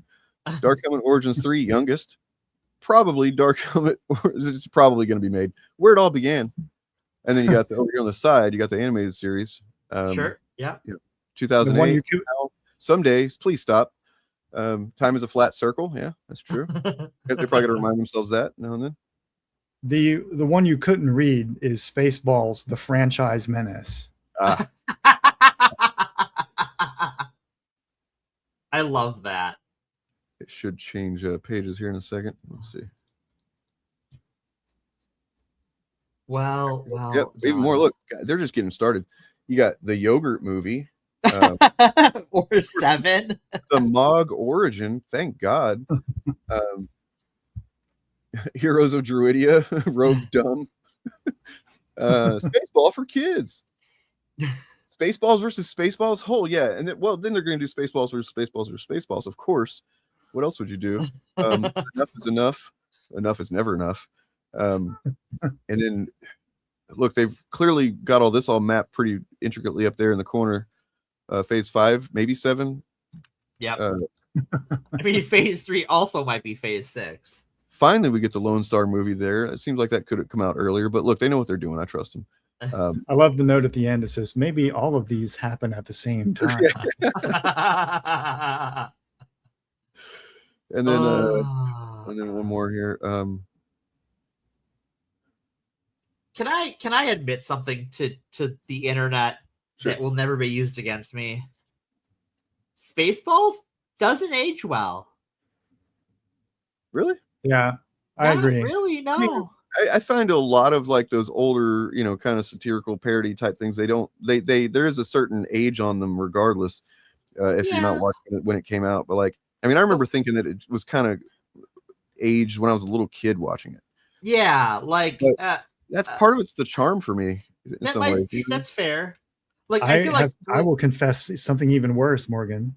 You don't like it? I never thought it was funny outside of a few individual jokes. That's fair. Yeah, no, I get it. To be fair, that is what, when I think of Spaceballs, I don't overall think of just having a great time laughing. I think of very specific jokes. It's very there's a very specific number of bits, and a lot of them aren't really like even Star Wars specific. Right. It's like, just stuff like I don't know. We've gone plaid, that kind of thing. I guess it is Star Wars specific to a degree. I'm surrounded by assholes. Combing the desert, that kind of stuff. She doesn't look Druish, right? And then nobody knows the troubles I've seen. Oh, she's a base. But like I watched a few Mel Brooks movies over the last couple of years again, and like that is the one that stood out to me as like this does not hold up as well as the others. Yeah, like Robin Hood Men. Oh, go ahead. I'm sorry. It's very much of its time. Yeah, like Robin Hood Men in Tights has a lot of that too. I think maybe the thing is this: when you like the yogurt scene where yogurt shows all the merch and stuff, that's just how everything is. That's just real life, yeah. And that was real life when that movie came out, because we were already into the Super Star Wars merchandising. Yeah, well, that's what they were making fun of, but like they didn't, it just would have been absurd to think that all the movie properties would start doing stuff like that. But here we are, where everything has a million everythings. Yeah.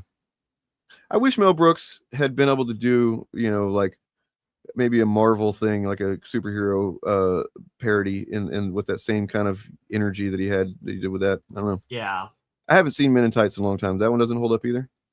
I would say it holds up better than Spaceballs does, but like there's a few moments that are like, and that's weird because Men in Tights is largely just a parody of the Kevin Costner movie. Right? Yeah. So it's not even like as perennial as making fun of the entire Robin Hood mythos. It's just a specific movie they're making fun of. Yeah. And Spaceballs is that too, but Star Wars is bigger than just one movie. So it's weird that Spaceballs, I haven't watched either of them in a long time, but it's weird to me to hear you say that Men in Tights aged better than Spaceballs did. Yeah, and that's just my subjective opinion. I will say the objective opinion I have on this matter is that Young Frankenstein is the best movie he did, and I will fight anyone to the death. Yeah. Otherwise, Tights to me is really special just because I oddly fucking loved that movie, Prince of Thieves, when it came out. Like it was just, I was at the age I was at was like I had just realized I fucking love movies.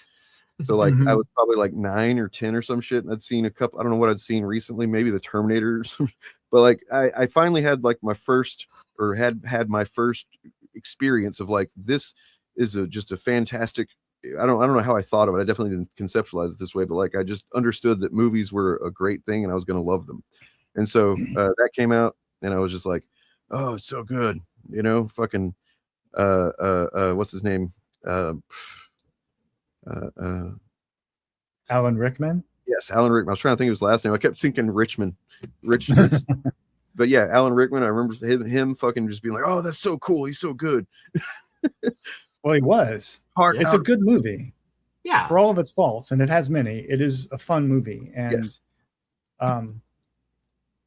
I thought Morgan Freeman was a great addition. Yep.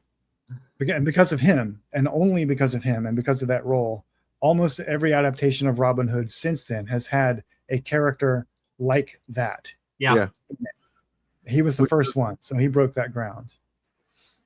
When I was a kid, I didn't know what they meant when they said the painted man. Because he also has some very like notable like freckles or something on it, on his face, and that's what I thought they were referring to. Because I just didn't understand that they were probably talking about just being a black guy, Yeah, it depends heavily on the idea that white English people during the Crusades would never have seen a black person before. They're like there's land connecting these regions that. Well, not England. England's an island, right? Oh well. Yeah. I mean, I guess if you think about it, it's plausible that like the peasants would never have actually seen a black person before, but right. There were black merchants traveling Europe. It wasn't the most outrageous, like literally couldn't have conceived it before they saw one type of thing. I imagine. I'm sure that there was the idea of different colored people existed. There's because they probably saw Italians and books from the period, depicting black people in Europe doing like trade and romance and stuff like that. So I'm glad the movie included the fact that that character had body art of some kind, because it makes that a little less racist. Yeah, it makes it like kind of ambiguous. Are they talking about his tattoos or his skin? Right. So I mean, and I also like it, just little things I didn't understand then, as far as like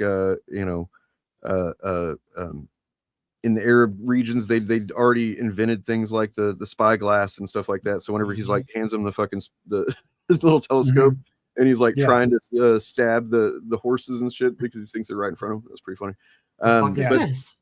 It's and that's what redeems that movie for me, anyways. That the Morgan Freeman character is obviously a like an Orientalist and kind of the racist, but he's a ringer character, but he's the ringer, right? So he's actually smarter than everybody, right? And his performance, he kind of like gives him some gravitas and stuff. So it sawed the edges off. It's like the guy that they were doing there. Big Trouble in Little China in a way. But and then the look. I was a sucker for another thing that recently happened in my life. I'd gotten into music really heavily then. And so for a while there, before I found, like rock music is like my preferred genre, I was trying all kinds of stuff. And I really love that fucking Bryan Adams song, man. And then you stopped doing music and hated music because it's hard to make, right? It's really hard. Full circle. It's just so hard. It's not fun. I don't like it. If only there was something that I could, steal from everybody is willing to take the time to make music and put the effort in and practice and try, to create something, put themselves out there. If only there was some way I could just steal from them, smash it all together in a fucking algorithm and mix it up and just like shit out some fucking garbage that doesn't even have any emotion in it. That'd be great. That's what I want. I have some good news for you. Well, can it also kill the environment though? Because like that's please. And really people. Jesus. And no, you can drive everyone you know and love insane. That movie does not exist. We don't talk about that. Oh my, that movie was dated when it came out. There's actually a really compelling thing if you look into the history of this, like how those, like after the Scary Movies, the first couple, and then kind of how Harvey Weinstein had his way with the genre, you guess you could say. How it went from like having some generally pretty stupid but at least mostly funny parodies and satire movies like that to just becoming a fucking factory of bullshit very quickly. It happened too. And I think that's a pretty compelling thing to look into if you're interested. What else we got? Anything?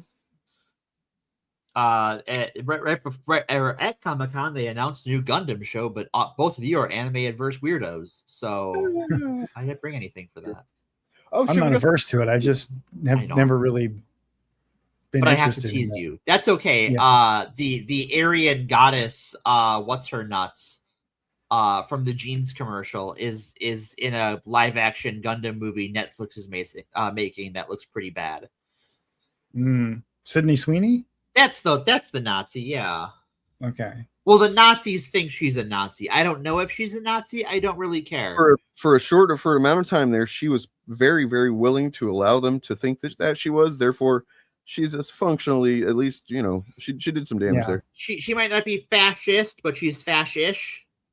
Because they still keep saying she should have been Helen of Troy. Because, oh my God. Because Greeks are blonde.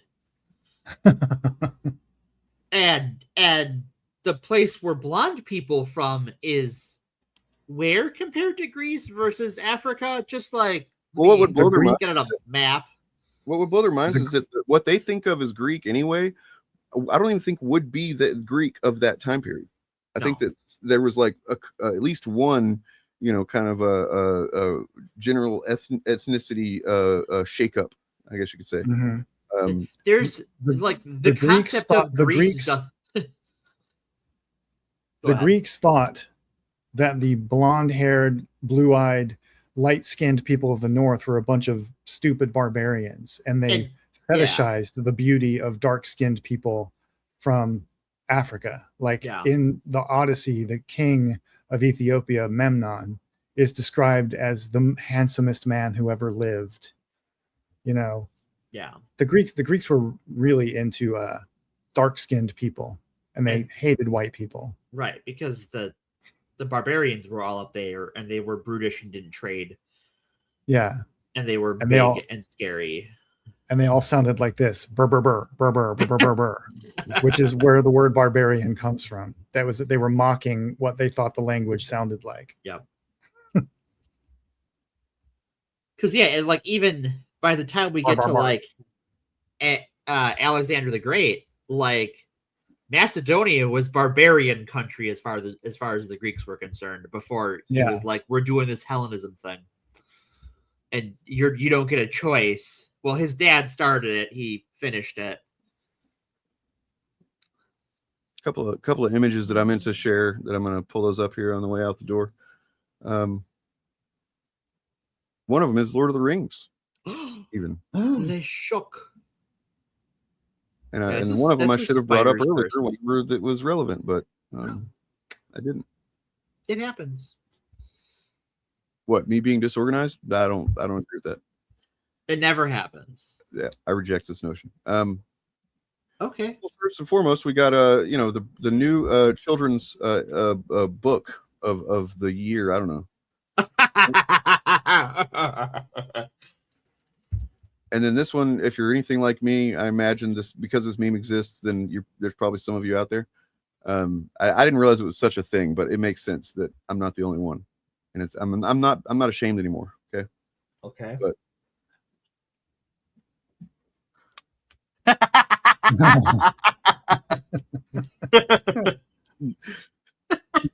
I don't even know the context for this, but it's funny just because of Allen wrenches. That's exactly right. Because how many do you have? I have that box at my workplace. I think they took a picture of my box of Allen wrenches for this. Yeah. I mean, because everything comes with one. Right. Yeah. And I also have a fucking tool that has like a bunch of them, just like it's like a Swiss Army tool kind of thing, and it's got like a bunch of different size ones in there that flip out of it. So I carry one of those because I ride a bicycle everywhere. Yeah, you need one. Yeah. I just learned not too long ago that there's like another name that they actually go by that they're Allen wrenches. What are you calling anything except don't disrespect Allen that way. Gee. You're right. Read the wrench. This man is one wrench. This is his wrench. He gives me more. And one thing, me and Oliver have like a running joke about Allen wrenches too, so he's gonna be delighted to see this as well. Oh yay! Yep. Well, sure was fun talking about some fun stuff, some stuff to get hyped about, and some stuff to, well, we didn't really talk about anything we're not looking forward to. It's almost like that doesn't come naturally.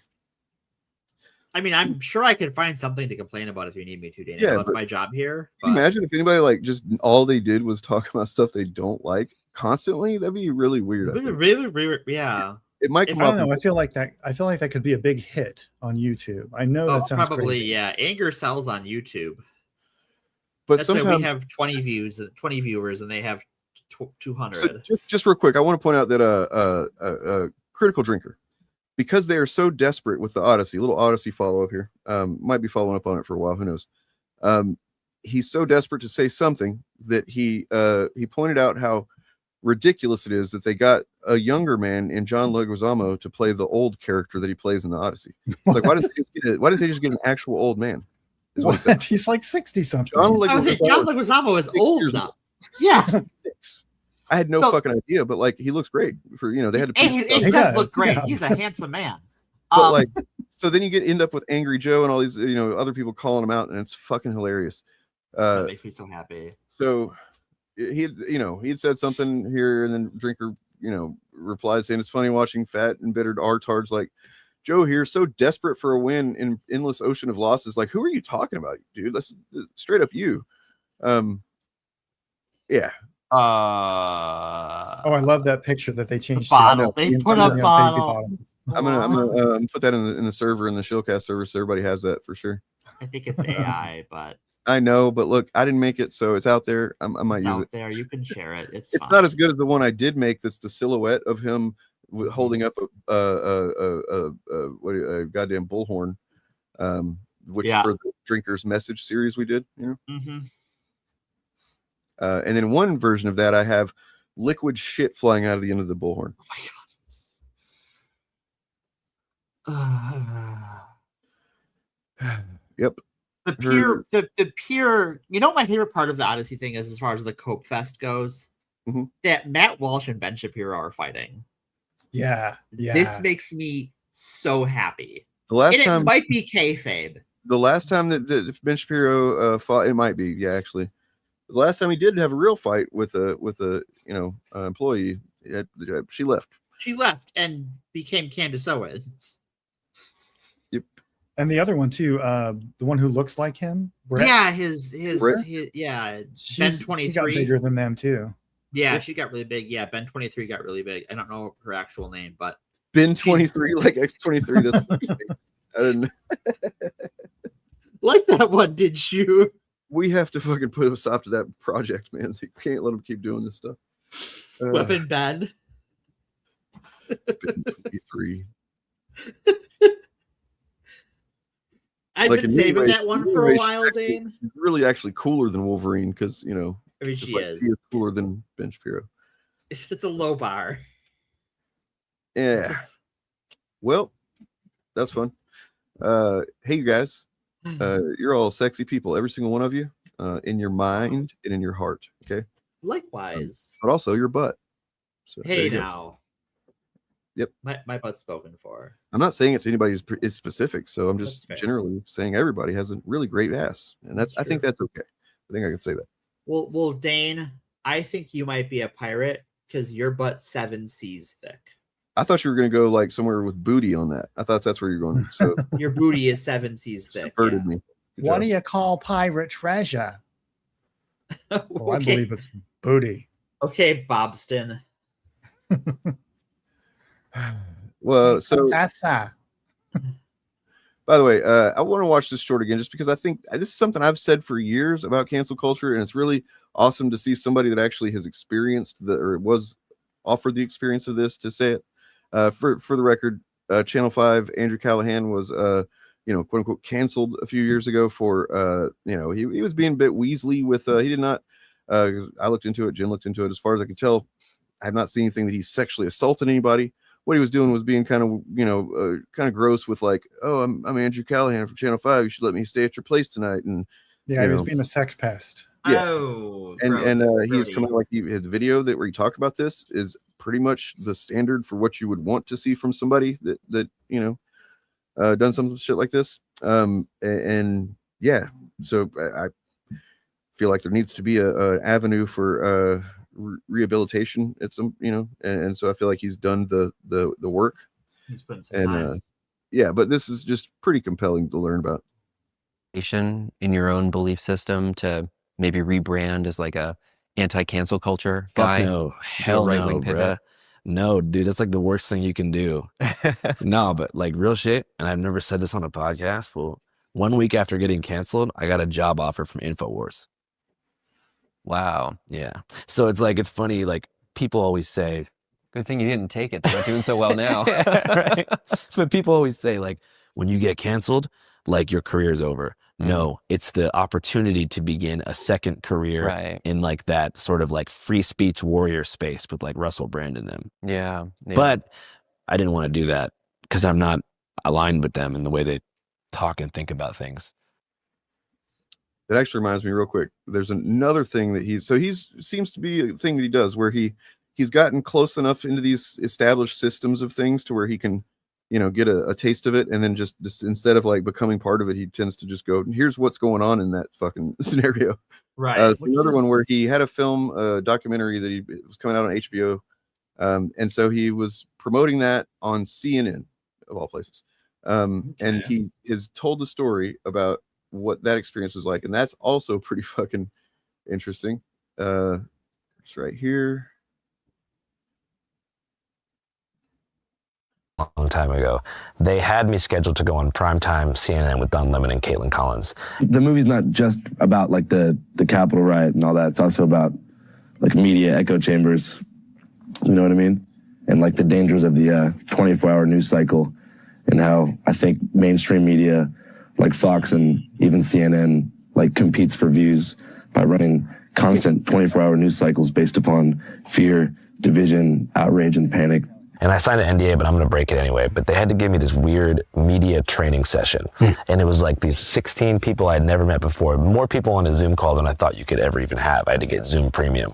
All these people in suits, like going through point for point, being like, you need to tell, if they ask you about Trump, say this. If they ask you about revolution, say this. If they ask you about your background, say this. Don't reveal that you're arrested for graffiti. All this weird ass shit. And I'm like, okay, this is kind of strange. They had one cool guy who literally had a Kangol hat on. I guess they thought he would like get through to me. And he's like, yo, my man, so check this out. I know these people, these motherfuckers don't look cool to you, but they're cool, son. And I was like, all right. I don't know.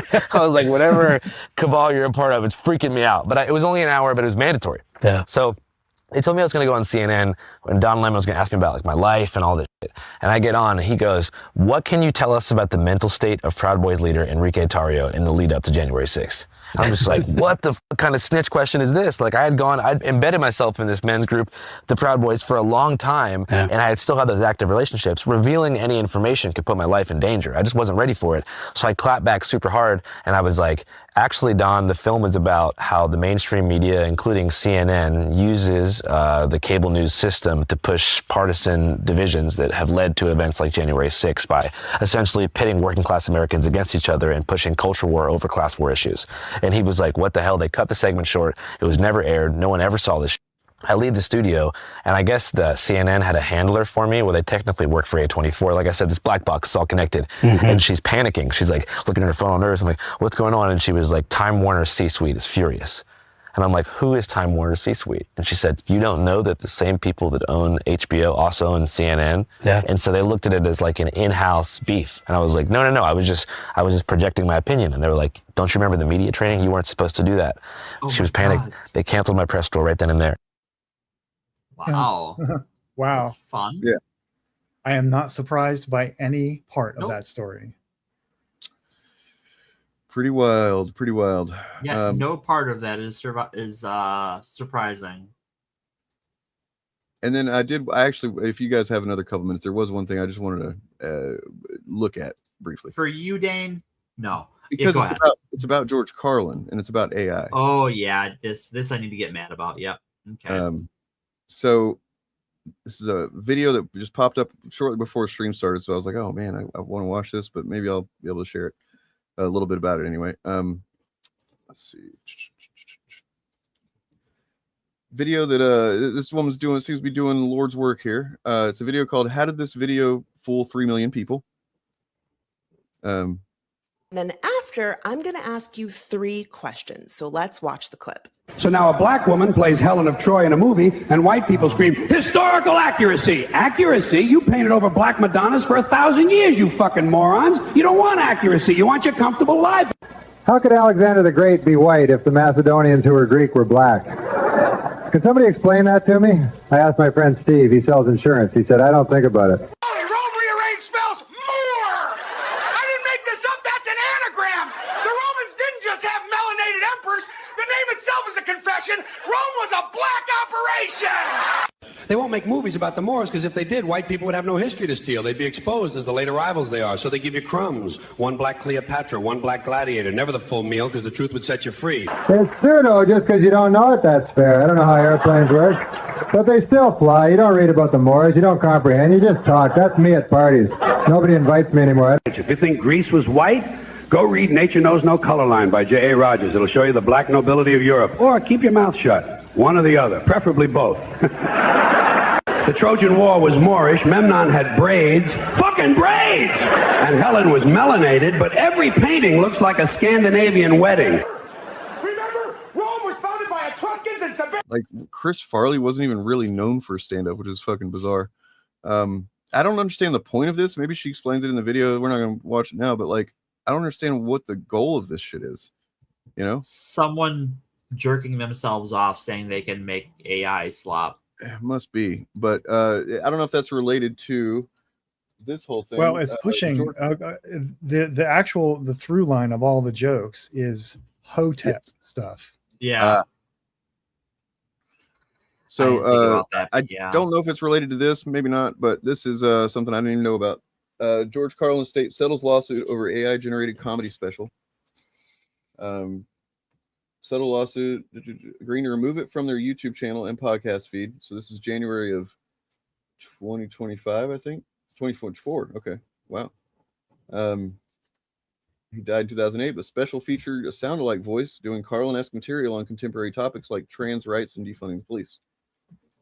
I don't think it really states whether or not he was for or pro those things in there, but yeah, it doesn't matter. Doesn't matter. I don't care if he was saying everything I agreed with. It still shouldn't happen. No. Maybe AI sucks, guys. I'm really like there's a big part of me that's just wanting to just make a fuck AI channel or something, just rail against AI constantly, and then also Peter Thiel and all the billionaires like all at once. Just it's all the same talk really at this point. Yeah. So anyway, now I'm gonna. Well, we got something I got to be mad about. That's fun. Fuck all of that. Yep. Well, on that note, there is one more thing I'm going to show on the way out. It's going to play before the stream actually officially ends. This is another Andrew Callahan thing where he talked about his experience with the Rogan Sphere and going to the comedy mothership, which is not doing so well, I hear. Oh, good. I'm happy. But thanks, everybody. This is about 2.5 minutes long, but we will be gone once I start this video. Peace and have a lovely week. And take care of yourselves. Wait, catch you on the dark side. That's the outro video, so I need to do that. And see ya. There you go. Bye. Bye-bye. One user asks, why haven't you been on the Joe Rogan Experience? Well, there could be two reasons for that. One, which is probably most likely, is that I'm not popular, famous, and influential enough to be on JRE. Two, could be related to a little green room spat that I had with Mr. Joe Rogan at his comedy club in Austin, Texas. So I'm not even a Joe Rogan hater, and I thought the mothership was actually pretty tight, especially how they lock your phones up in these magnetically sealed plastic sleeves when you enter the door. It definitely brings the anxiety levels down and makes it so comedians can push the envelope a bit more with their material, so it keeps comedy and experimentation alive without the fear of cancel culture. I was in Austin doing a couple different podcasts. The first podcast was Lex Friedman, and then the following day after that, I did the Matt and Shane Secret podcast. And unfortunately, Matt was out of town, but the homie Lemaire Lee, shout out to my boy, was there replacing Matt for that day. So that night after the podcast, Shane had a set at the Mothership Comedy Club. So he invited me, and in between sets, I'm chilling at the bar downstairs, and I'm getting like lightweight blown up by fans, which is fine. I love fans. It was chill, but I was kind of like in a more relaxed headspace. I wanted to just doze off, listen to comedy, chill. And so I told Lemaire, I'm like, yo, can I go upstairs to the green room? I'm trying to, kick back and, lay low for a bit. He's like, man, I could take you there, but just so you know, Joe Rogan's a bit territorial about that green room. Like, so it's at your own risk. And I'm like, dude, no way, it's going to be fine. Joe Rogan's reacted to like 7 of my videos because Jamie always plays them. So I'm like, it's going to be chill. So me and Lemaire take the elevator up to the secret green room at the Mothership. There's 5 comedians in there, all in their mid-20s. Everybody recognizes me except for Joe Rogan. So everybody's dapping me up. Lemaire says, hey, Joe, it's my homie Andrew. Shake Joe Rogan's hand. I put some popcorn in the microwave, which I felt like was establishing myself as a member of the green room. And then I turn around and I see Joe Rogan like yelling at the security guard. And he's yelling, who let this fucking journalist in here? Kick him the fuck out. I could hear Joe saying this. I guess somebody told him that I was like a journalist, so he maybe thought that I was a Daily Beast reporter that had snaked my way into his safe space to ask him about ivermectin, which is a valid concern. So before I could even get kicked out, I was like, Lemaire, I gotta get out of here. And I walked down the stairs and went back into general population. So that could be why. I'm not sure if Joe Rogan thinks I'm like an asshole who was like trying to make my way up there to be like, dude, please have me on the podcast, bro. I'm such a big fan. But in reality, I just wanted to lay low and kick back. So